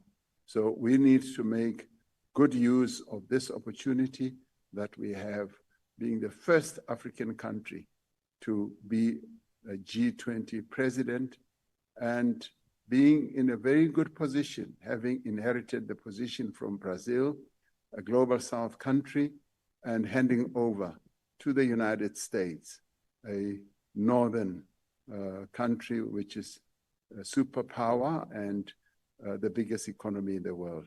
So we are well positioned, and I do believe that that gives us clout, that gives us an opportunity to be able to mobilize a number of things that can benefit our country.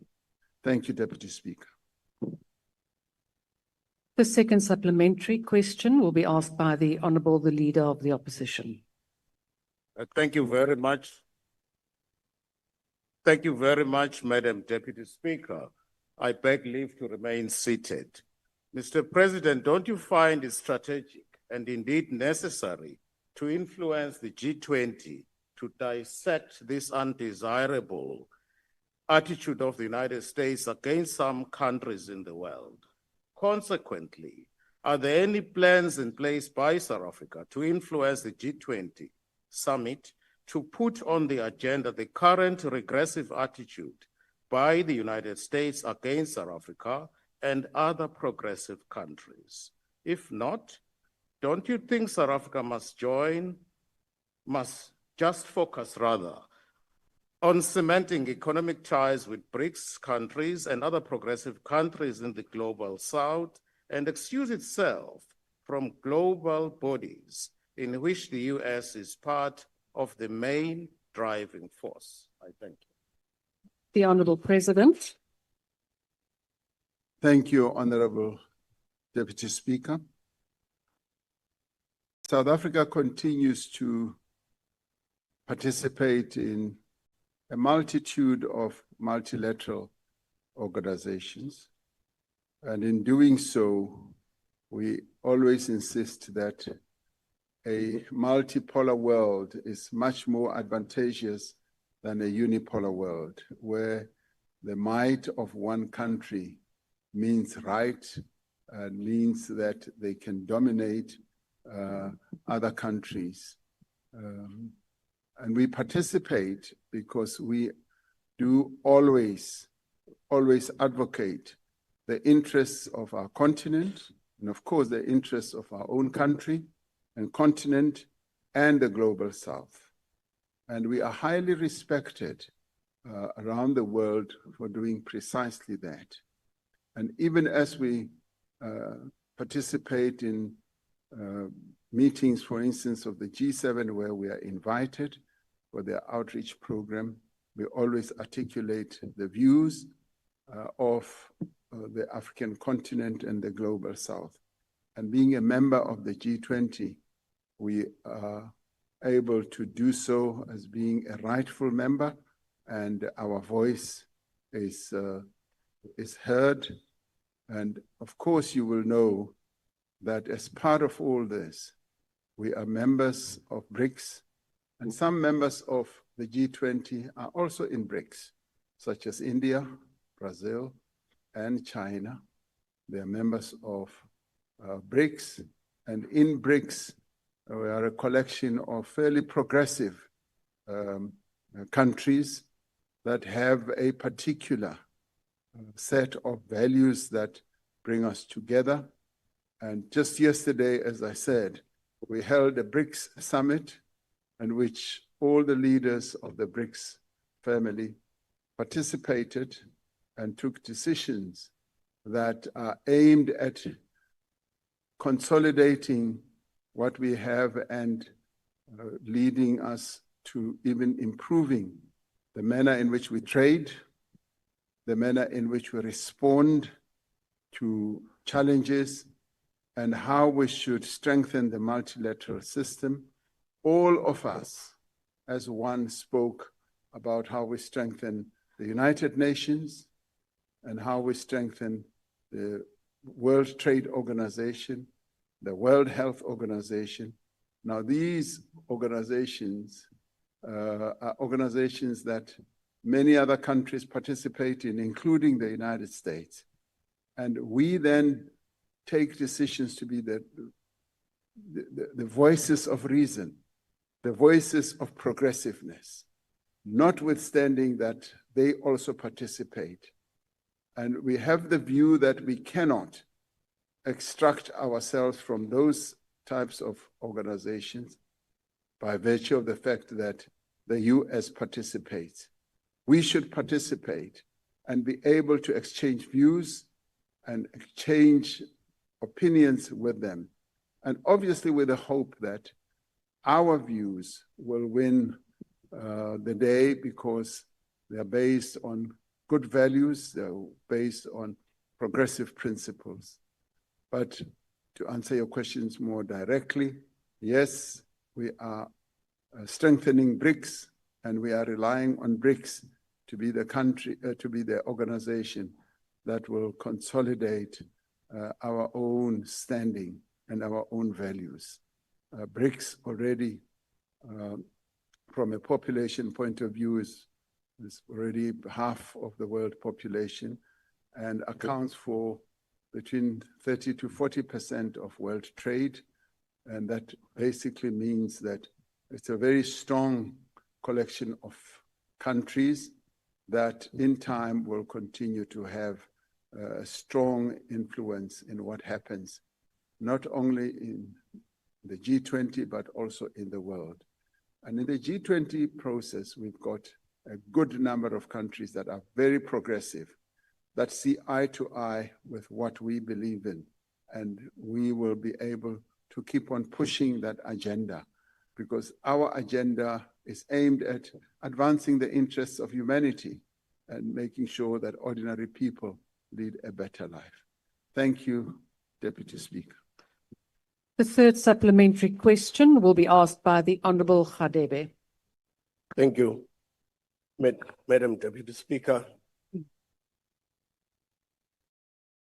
Your Excellency, I would like to know what legacy projects or initiatives are being developed as part of South Africa's G20 presidency to ensure lasting developmental impact beyond 2025.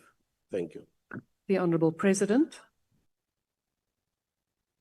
Thank you, Honorable Deputy Speaker. We have a number of projects that are being worked on that will see full fruition when we get to the Leaders Summit. We are, through the various departments that we have in government, have been looking very closely at certain projects, and some of which will, the temptation is always you go for a legacy project at the region where the Leaders Summit is going to be, like we've seen in many other parts of the world.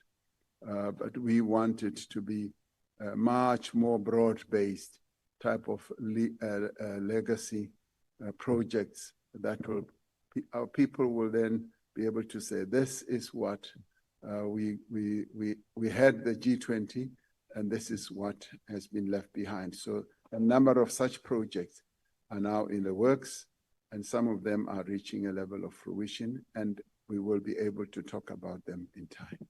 Thank you, Deputy Speaker. The last supplementary question will be asked by the Honorable Ghana. All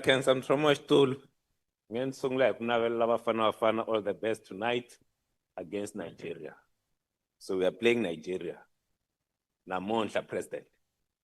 President, so lekaya lel fare zane.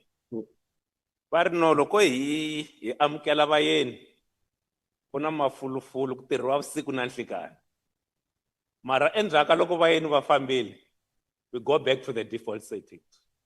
So at the moment, when you drive through the G20 route, there's so much work that's happening. But I know, as we have seen with the World Cup, that after the hosting of the G20, we go back to the default setting. So what is President? Kurmita enlanjani, kurmatirero lam, magingirikelo lam, imabona kankarwa sweswi. Yaya mahlweni after G20, not this thing coming to an end, all this 24-hour work coming to an end because now the visitors have left our country. The Honourable President. Thank you, Deputy Speaker. No, na cancer swinene. Ni na ilava ku ri bafana va wina nyamutlha. Va tlanga na tiko leri ri tikaku. And Nigeria i tshama i vonisa xipuku. So i lava ku va vonisa xipuku namutlha. So ni khense ngopfu. No, u vula ntiyiso hi ku minkarhi yo tala loko ku ta vayeni na le makaya swi endleka tani. Loko ku tiva ku ri ku ta muyeni a nga va mukhwenyana, a nga va president, a nga va member of parliament, loko a fika swakudya a ku dyiwa swakudya swa kahle swinene. Na jariti ta cleaniwa kahle, na timbyana ti ta bohiwa ku ri ti nga vonaki.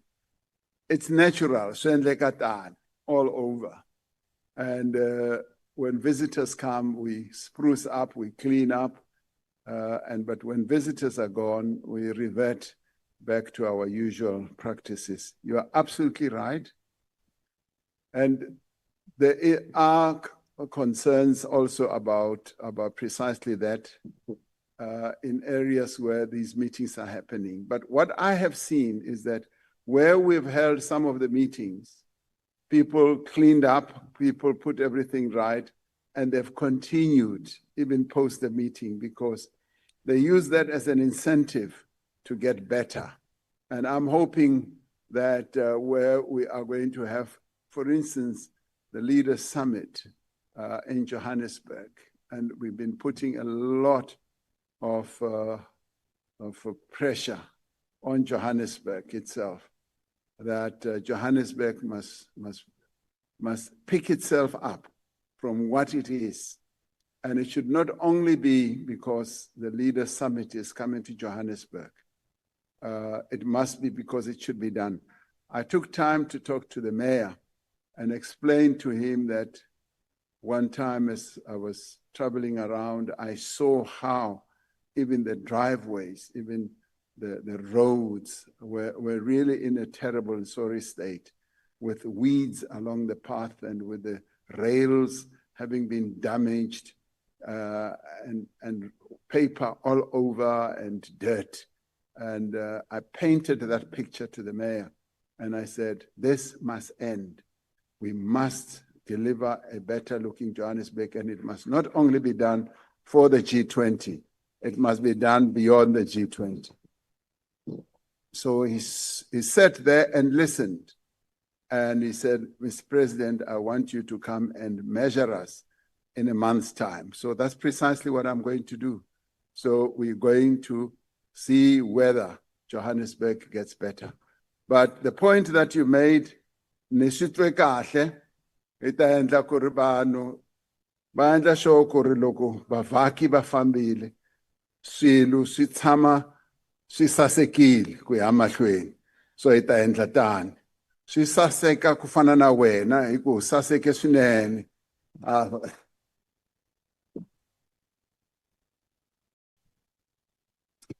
We now move on to question number 17, which has been asked by the Honourable Trollip.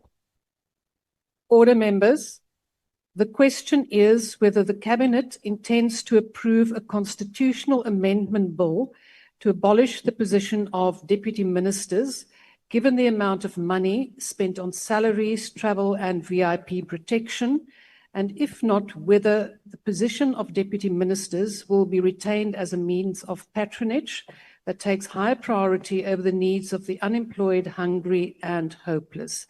The Honourable President. Thank you, Honourable Deputy Speaker. Since the advent of our democracy in 1994, deputy ministers have played an important role in assisting ministers in the performance of their functions and responsibilities. The Constitution provides for the appointment of deputy minister to assist the members of the executive. According to the Constitution, deputy ministers are accountable to Parliament for the exercise of their powers and the performance of their functions. Ministers and their respective deputy ministers agree on the delegation of responsibility in certain areas of work in terms of departmentals' annual performance plans, ensuring that there is consistent political attention and oversight. In announcing appointments to the National Executive following the May elections last year, I indicated that due to the need to ensure that the National Executive is inclusive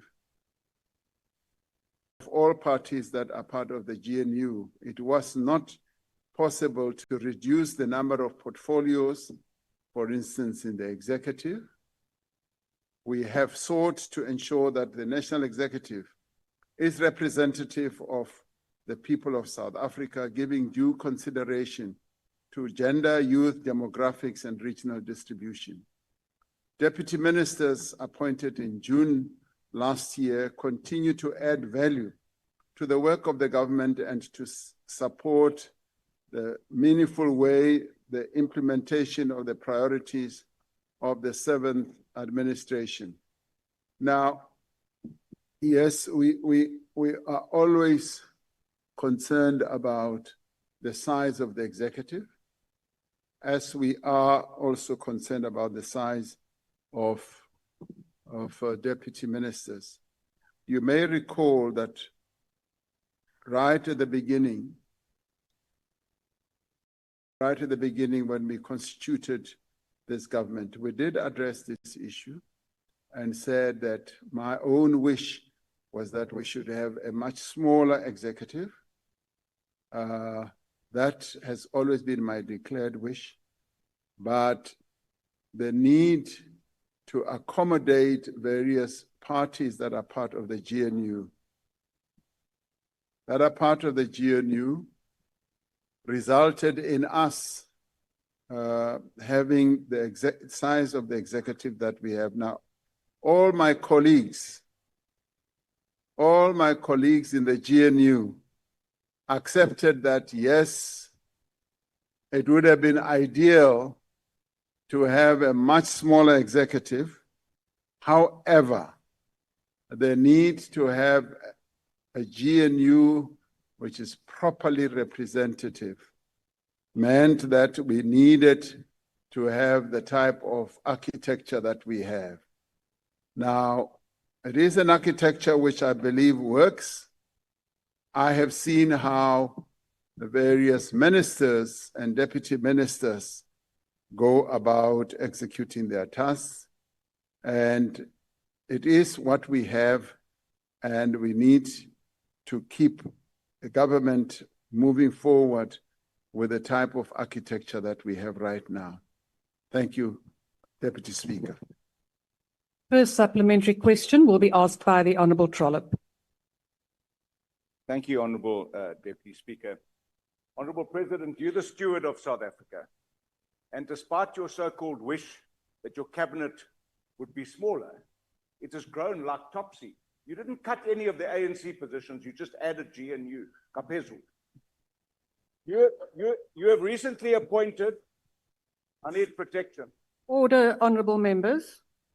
Honourable President, you recently appointed an acting Minister of Police who incidentally says there's no such constitutional provision. He's the Minister of Police, because you couldn't promote 2 of the deputies. You didn't trust them to become ministers. You also fired the Deputy Minister for Trade and Industry and Competition 75 days ago, and that position still remains vacant. These 2 examples illustrate just how insignificant and redundant these positions are. Stewardship, Mr. President, is well explained in the book of Matthew, where 3 of the minister's servants were given 10, 5, and 1 bags of gold to look after. 2 of them increased the value of what they were given, and they were rewarded. 1 buried what they were given and was rebuked. Why are you burying what you've been entrusted with by maintaining such a costly, bloated, and ineffective cabinet? will you and your party support my private member's bill, constitutional amendment to do away with deputy ministers so that the cost of these redundant members can be redirected to the betterment of our country? Simple question. Will you support it? It's coming. Will you support the private member's bill? If you want a smaller cabinet. The Honourable President, Honourable Trollip, your time has expired. The Honourable President. Thank you, Deputy Speaker. What Honourable Trollip is saying sounds like a threat.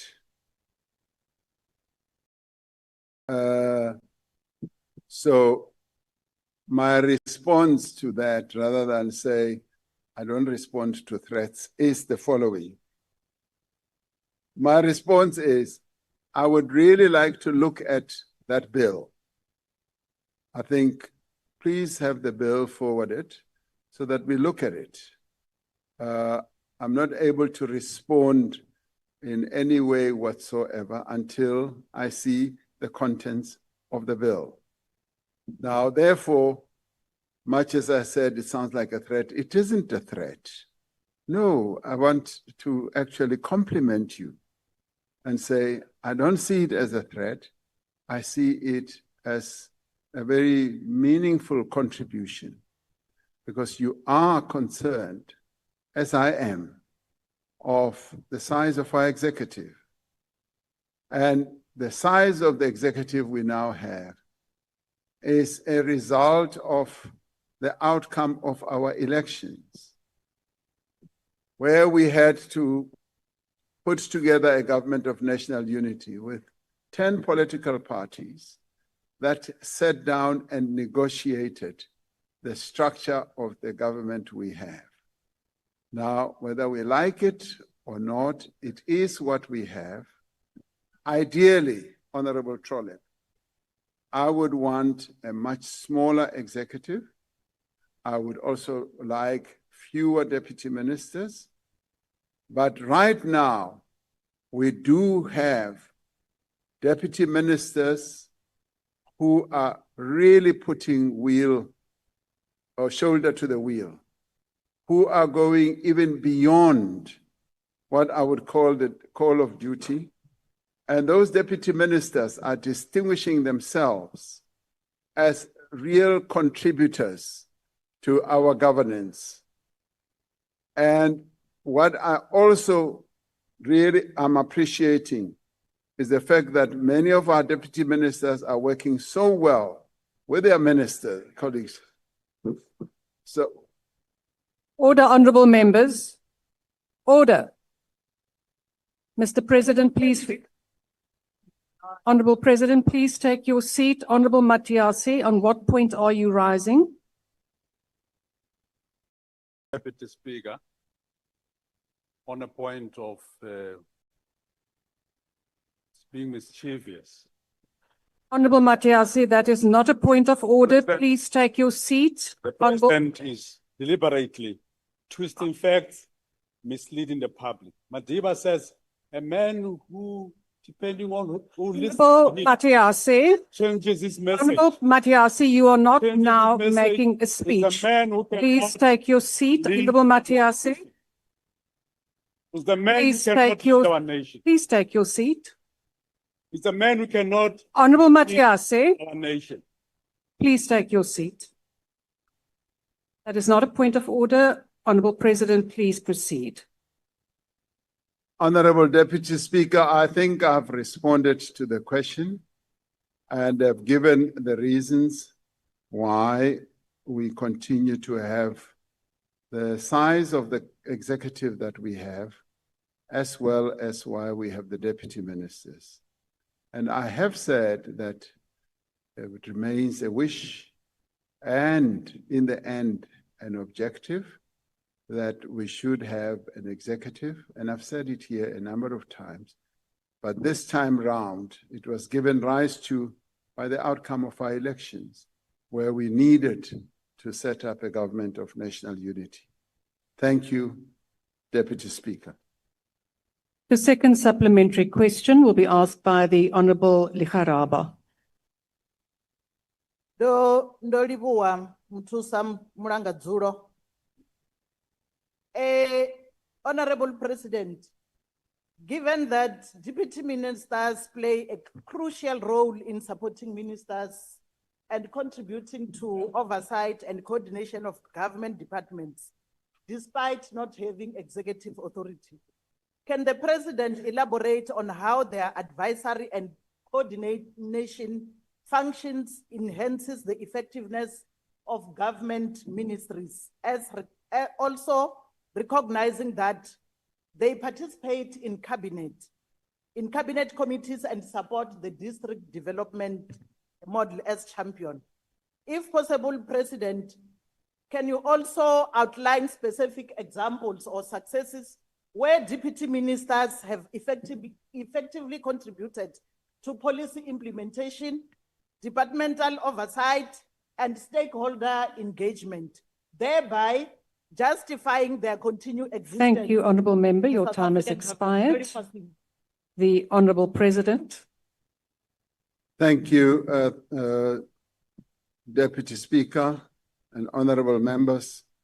Yes, deputy ministers continue to play a critical role in our governance.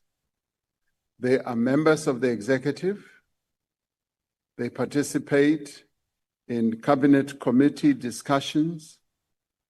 I'd like to believe that we have a really wonderful system that functions so well that every proposal that finally sees its light of day in cabinet goes through rigorous processes, starting off in the department, where the minister and deputy minister will engage in discussions with their directors general and deputy directors general to put forward a proposal or a proposition that could lead to a project, or that could lead to an amendment of a law or a structuring of a policy.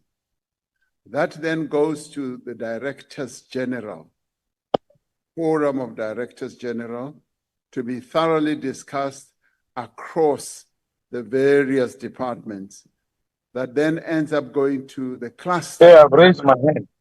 The cluster that we have.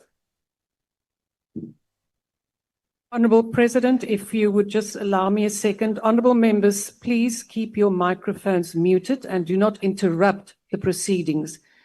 Mr. President, please proceed. When it goes to the clusters, deputy ministers also participate in those discussions, and thereafter it goes to cabinet committees, the various clusters of cabinet committees, where deputy ministers participate vigorously in the crafting of policy, of proposals, or even the drafting of laws. Whereafter it then goes to cabinet, where cabinet collectively then examines what will have gone through this sausage machine, if you like, where a proper decision is then taken. Now, the value of having cabinet ministers is clearly demonstrated in this whole process. It starts at the department level and it goes forward to the cluster level and the cabinet committee level, where they engage with other deputy ministers and ministers on the crafting of any position that should lead to either a change or an enhancement of a proposition. So cabinet deputy ministers do play a very critical role. Honorable member, you ask if I can give you any concrete example.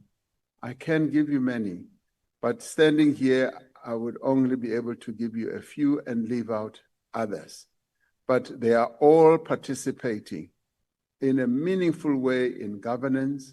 They are participating in the execution of decisions. They assist ministers, and where ministers are not able to act on a particular project or initiative, deputy ministers. Hey, you must recognize my hand, please, Deputy Speaker. Honorable President, could you please take your seat? Honorable Skosana, please state the point that you are now rising on. Ngiyathokoza, State the rule. ngiyathokoza, Deputy Speaker. Elami ngithi Speaker, uPresident uyasichewa, uyasirareja, akaphendula imibuzo. Honorable Skosana, that is not a point of order. It is now being frivolous and you are interrupting proceedings. We will now continue. Honorable President, please proceed. Thank you, Honorable Deputy Speaker. With those words, I have answered the question that the Honorable Member raised. I see the real value of deputy ministers, if truth be told, and I appreciate the inputs and the commitment that they demonstrate.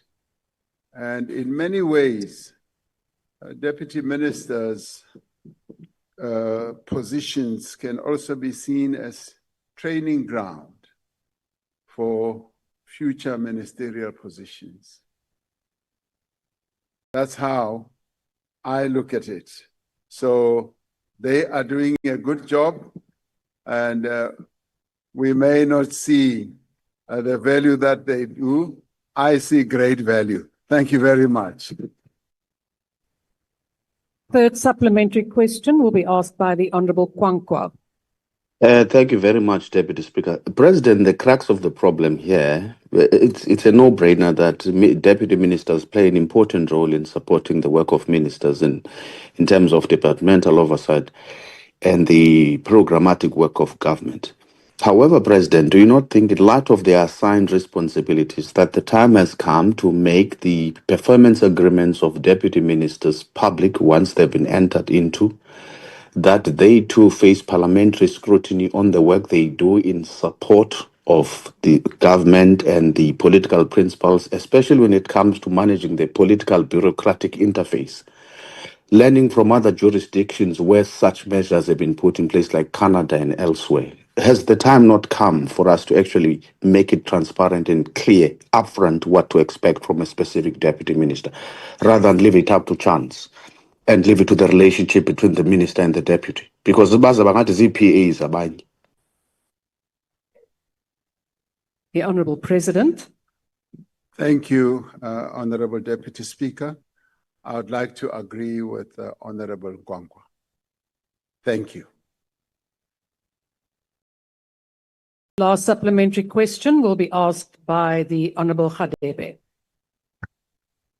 Thank you, Madam Deputy Speaker.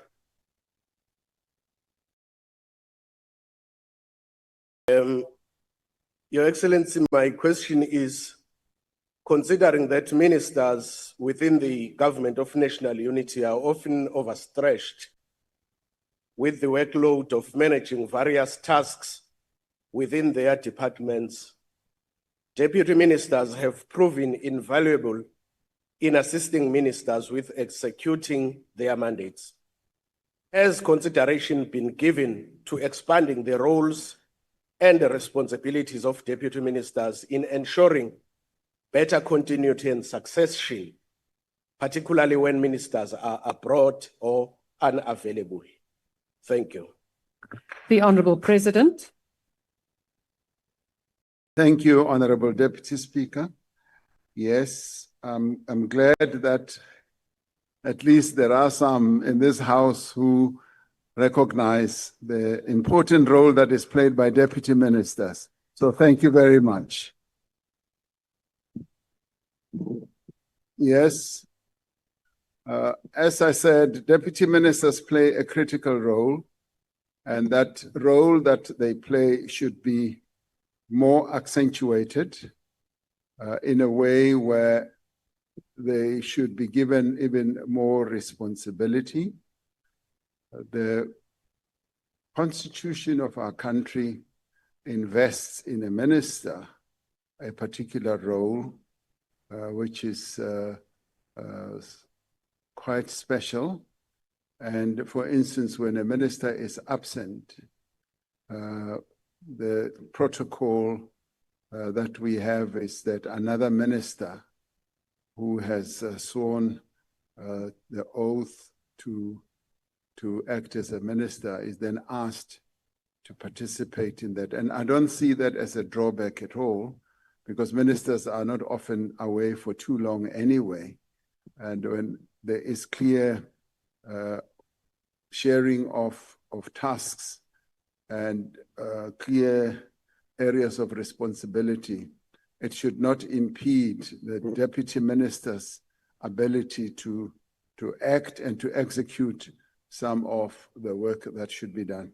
I must, however, say that there has in the past been challenges, and some of them have either been personal or on issues where they may not have seen eye to eye on issues. But right now, we are fortunate, or I'm fortunate, that many of the deputy ministers are working very well with their ministers.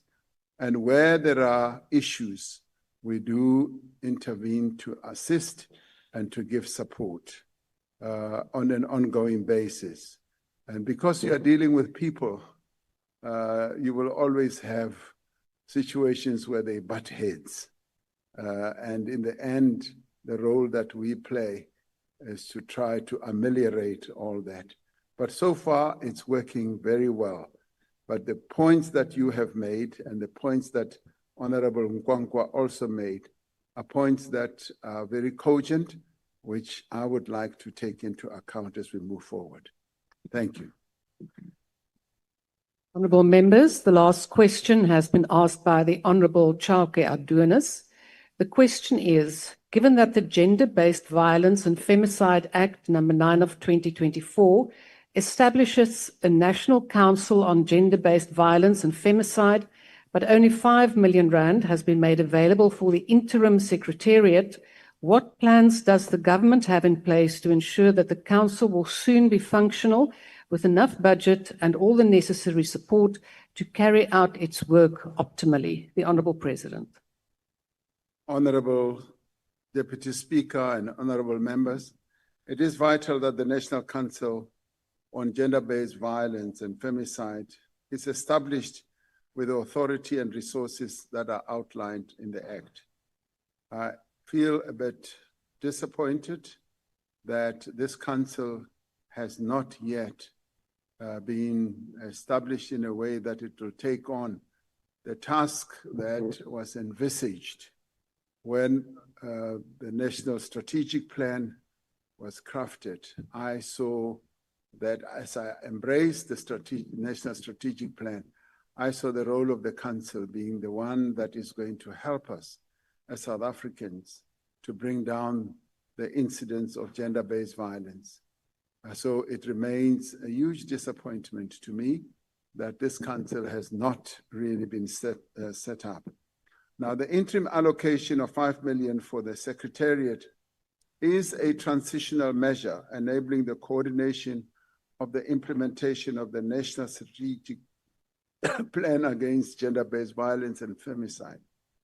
To ensure that the National Council is able to fulfill its critical functions, National Treasury has approved the Council as a separate sub-program with ring-fence funding from the 1st of April 2026.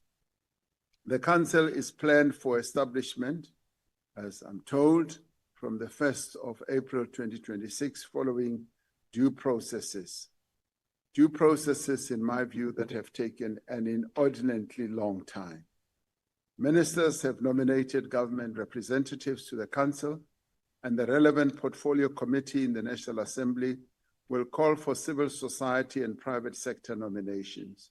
And I would like this to be speeded up so that the process of establishing the Council should really get underway.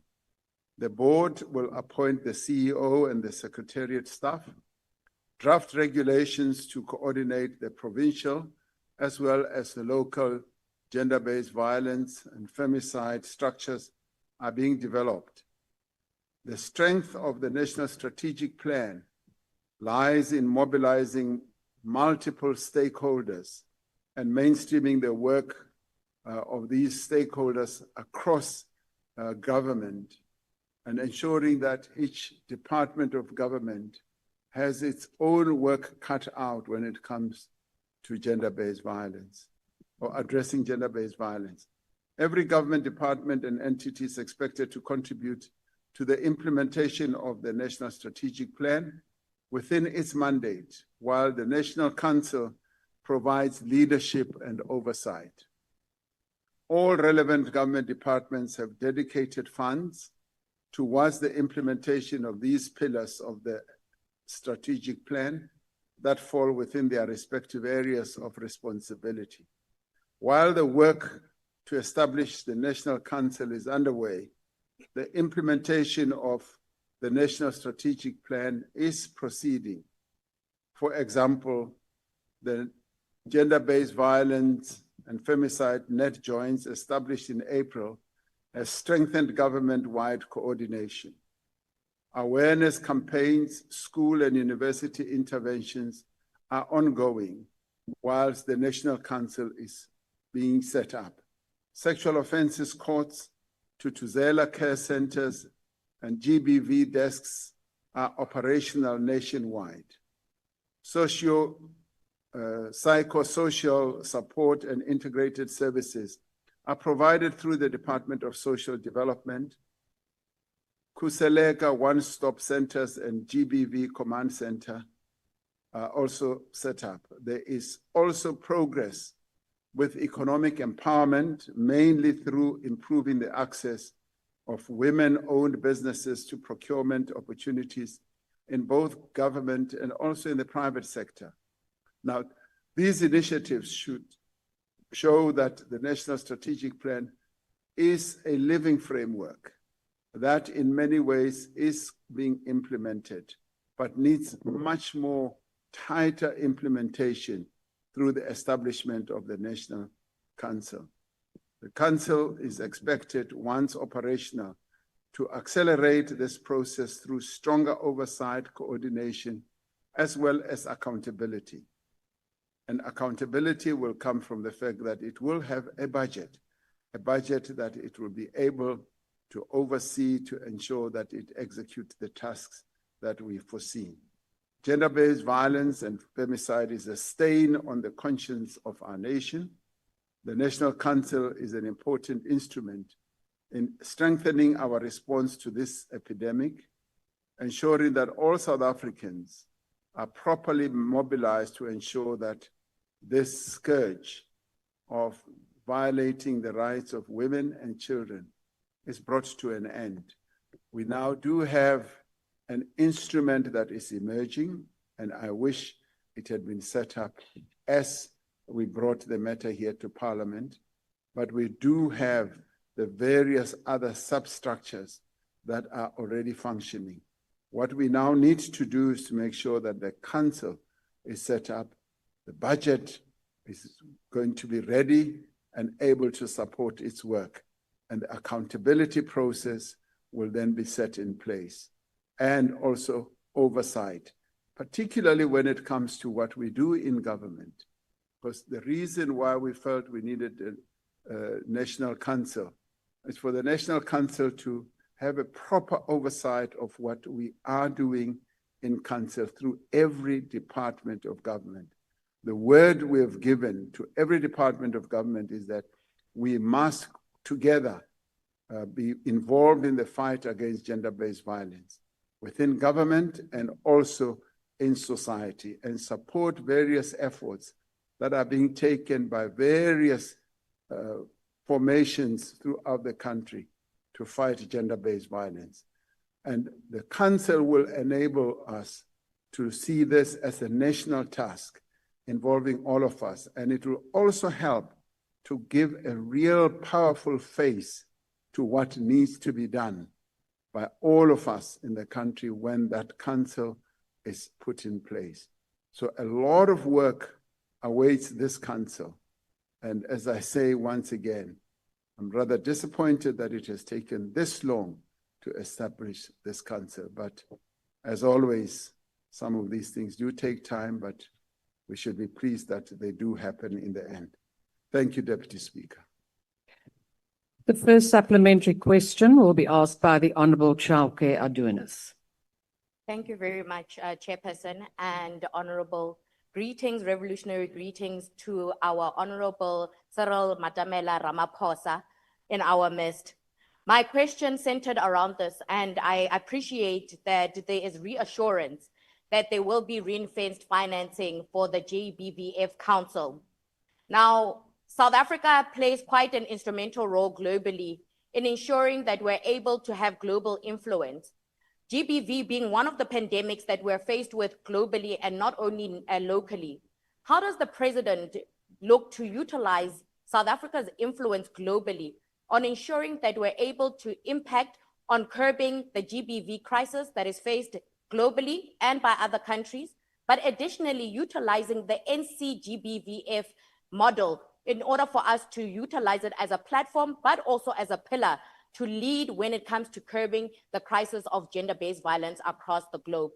And most importantly, it would be, how does the President look to utilize his presidency also in the G20 to ensure that we're able to greatly have influence towards empowering those who are victims of gender-based violence and femicide? Thank you very much. The Honourable President. Thank you, Honourable Deputy Speaker. Yes, we utilize our position as South Africa to be the voice on talking about gender-based violence. At times we believe that we bear the greatest burden when it comes to gender-based violence, which we declared a pandemic. And to this end, wherever we can and whenever we can, we become part of structures that make us focus more on gender-based violence and also spread the message. For instance, in Africa, our own continent, we've continued to advocate the position of having to fight against gender-based violence and participate in various UN structures and committees. At a global level, even at a UN level, we participate in various structures that not only deal with the issue of gender-based violence, but the broader issue of also promoting the health of women and children and adolescents, which are very much a part of the whole ecosystem of having to deal with the challenges that the women of our country face. So we are, even in the G20, have structured an issue on the issue of solidarity, that our solidarity value must also be about caring for ordinary people and caring for the interests of women, of children and adolescents, and also caring for them from a health point of view. So our position is not only national, it is broader than just being national. It is a message that we do believe should be spread more strongly around our own continent as well as around the world. Thank you, Honourable Deputy Speaker. Second supplementary question will be asked by the Honourable Khanile. Thank you very much, Deputy Speaker. Mr. President, in 2022, you promised the nation, but women in particular, to establish a National Council on Gender-Based Violence. 2 years later, this council exists only on paper, but also exists as a broken promise. Mr. President, have you deprioritized GBV as a final act of humiliation to every victim and survivor of gender-based violence? The Honourable President. Thank you, Honourable Deputy Speaker. If you heard me carefully, right from the beginning of my reply, I expressed my disappointment, and it is deep disappointment on my part that this council has not yet been set up. and it has not yet been set up because the structuring thereof was such that this House has had a role to play. And if there was a time when I wished I was a dictator, this would have been the time where I would have set up the council on my own, and this council would have started working way before 2022. Because when the women of our country marched on the union buildings, was it in 2018, and insisted that we should hold a summit. I agreed that we should hold a summit. They marched to the union buildings. I was told at 9 o'clock that they are there before going to sleep. I was told that the women say they are not going to leave the union buildings until you come. So I got into the car, I went to the union buildings, I met them, and I gave them the promise that we would hold a summit, which we did. It was a very successful summit where on their own, I just convened it, and on their own, listen, I convened it, and on their own, they decided what needs to be done. It was a dialogue. It was the dialogue of the women of our country.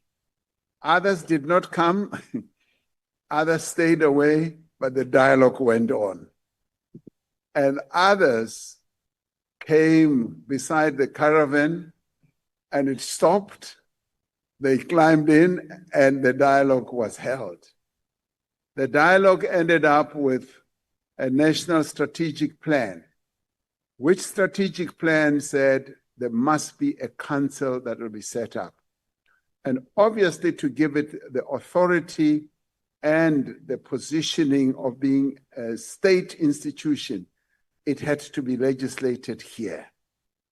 And you as legislators decided that you are going to set up this council.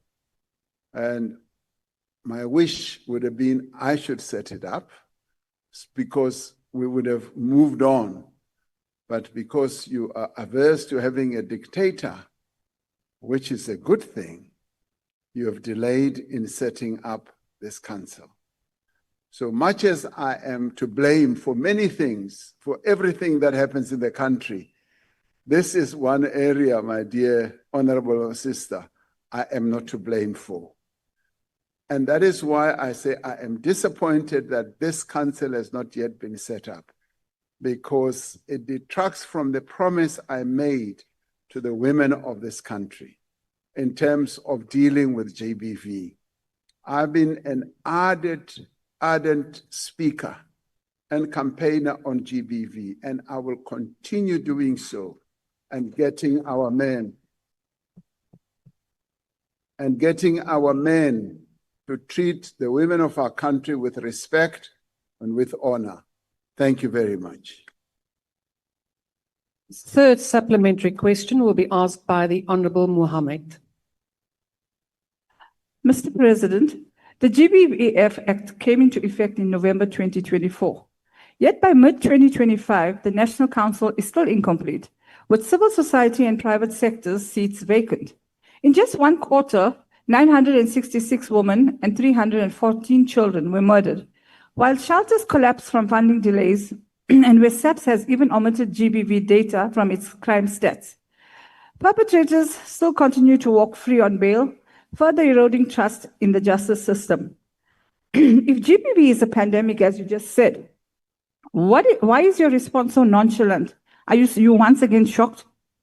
What is your excuse for not having tabled a ring-fence costed plan with quarterly milestones for survivor services, provincial structures, credible SAPS GBV reporting, and bail reforms, in such a manner that makes this law to be not just symbolic while women and children continue to die?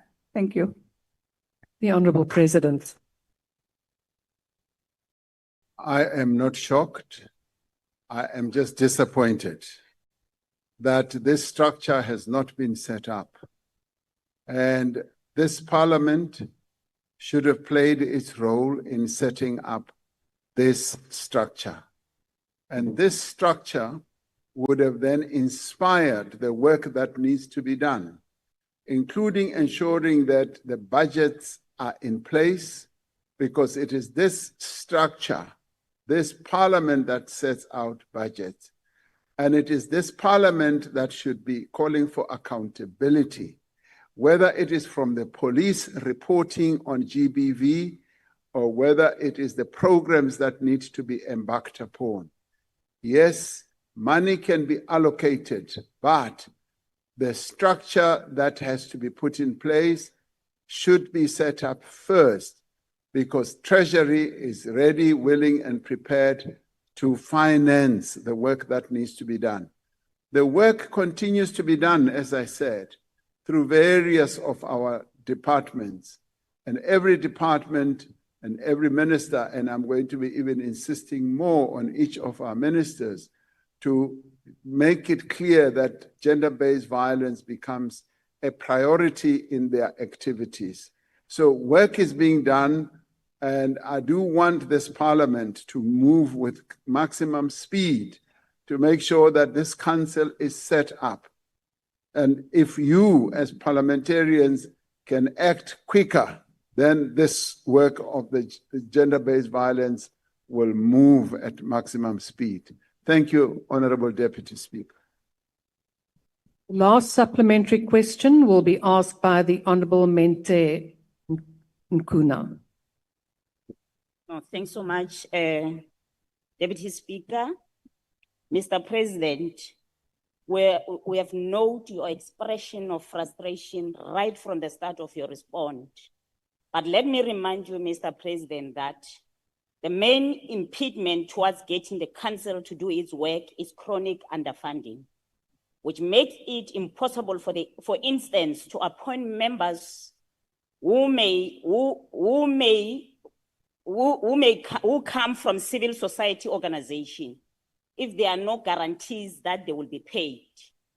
Considering the crisis level of gender-based violence and femicide in this country, and the several commitments you have made towards the fight against GBV and femicide, do you not consider your failure to fully institutionalize the National Council on GBV as a betrayal of women's safety in this country? If not, what measurable commitments do you make to the women of this country in relation to the functioning of the National Council on GBV? My name is Honorable Mashala. Sorry for that. Thank you, Honorable Mashlala. Honorable President. Honorable Deputy Speaker and Honorable Mashala, the commitment that I would make is that I have passed on the message to members of this body to get on with the process of appointing the council. Because, Honorable Mashala, once the structure is in place, the Minister of Finance now has the authority, with your allowance, with your permission, to allocate the funding that should finance the work of the council. The minister will not be able to do so unless Parliament plays its own role. Now, yes, I said, I am responsible for everything that goes wrong, but not this one. Please, not this one. Untshwarele mo, kopo untshwarele, tse ding kaofela aowa, ke tla dumela. Empa ena aowa, a se nna, ke a gana ka nnete. E ke lona. Yaanong, I want all of you, as you always say to me, what do you always say, Mr. President? Don't you think you have been derelict in executing your duties. Now, I want all of you to agree that all of you, you've been derelict in executing your jobs.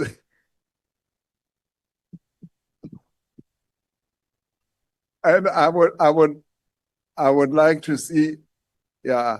So I'll stand outside there and shake each one's hand and say, do you agree that you have been derelict?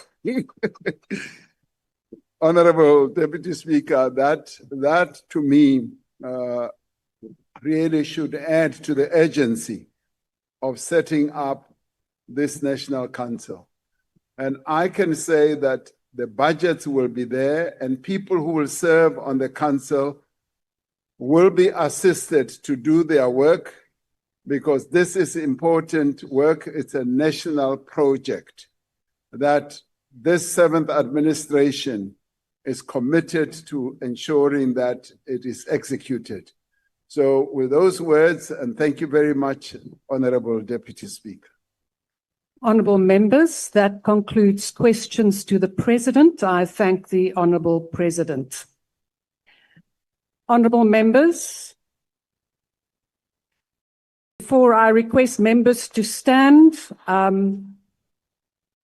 would also just say I think that in looking at the T-shirt that the Honourable Minister of International Relations has on, that we all have to support Bafana this evening, and we trust that it will go good. So members, please stand for and wait for the presiding officer and the mace to leave the chamber. That concludes the business of the day and the House is adjourned. Long live the chair.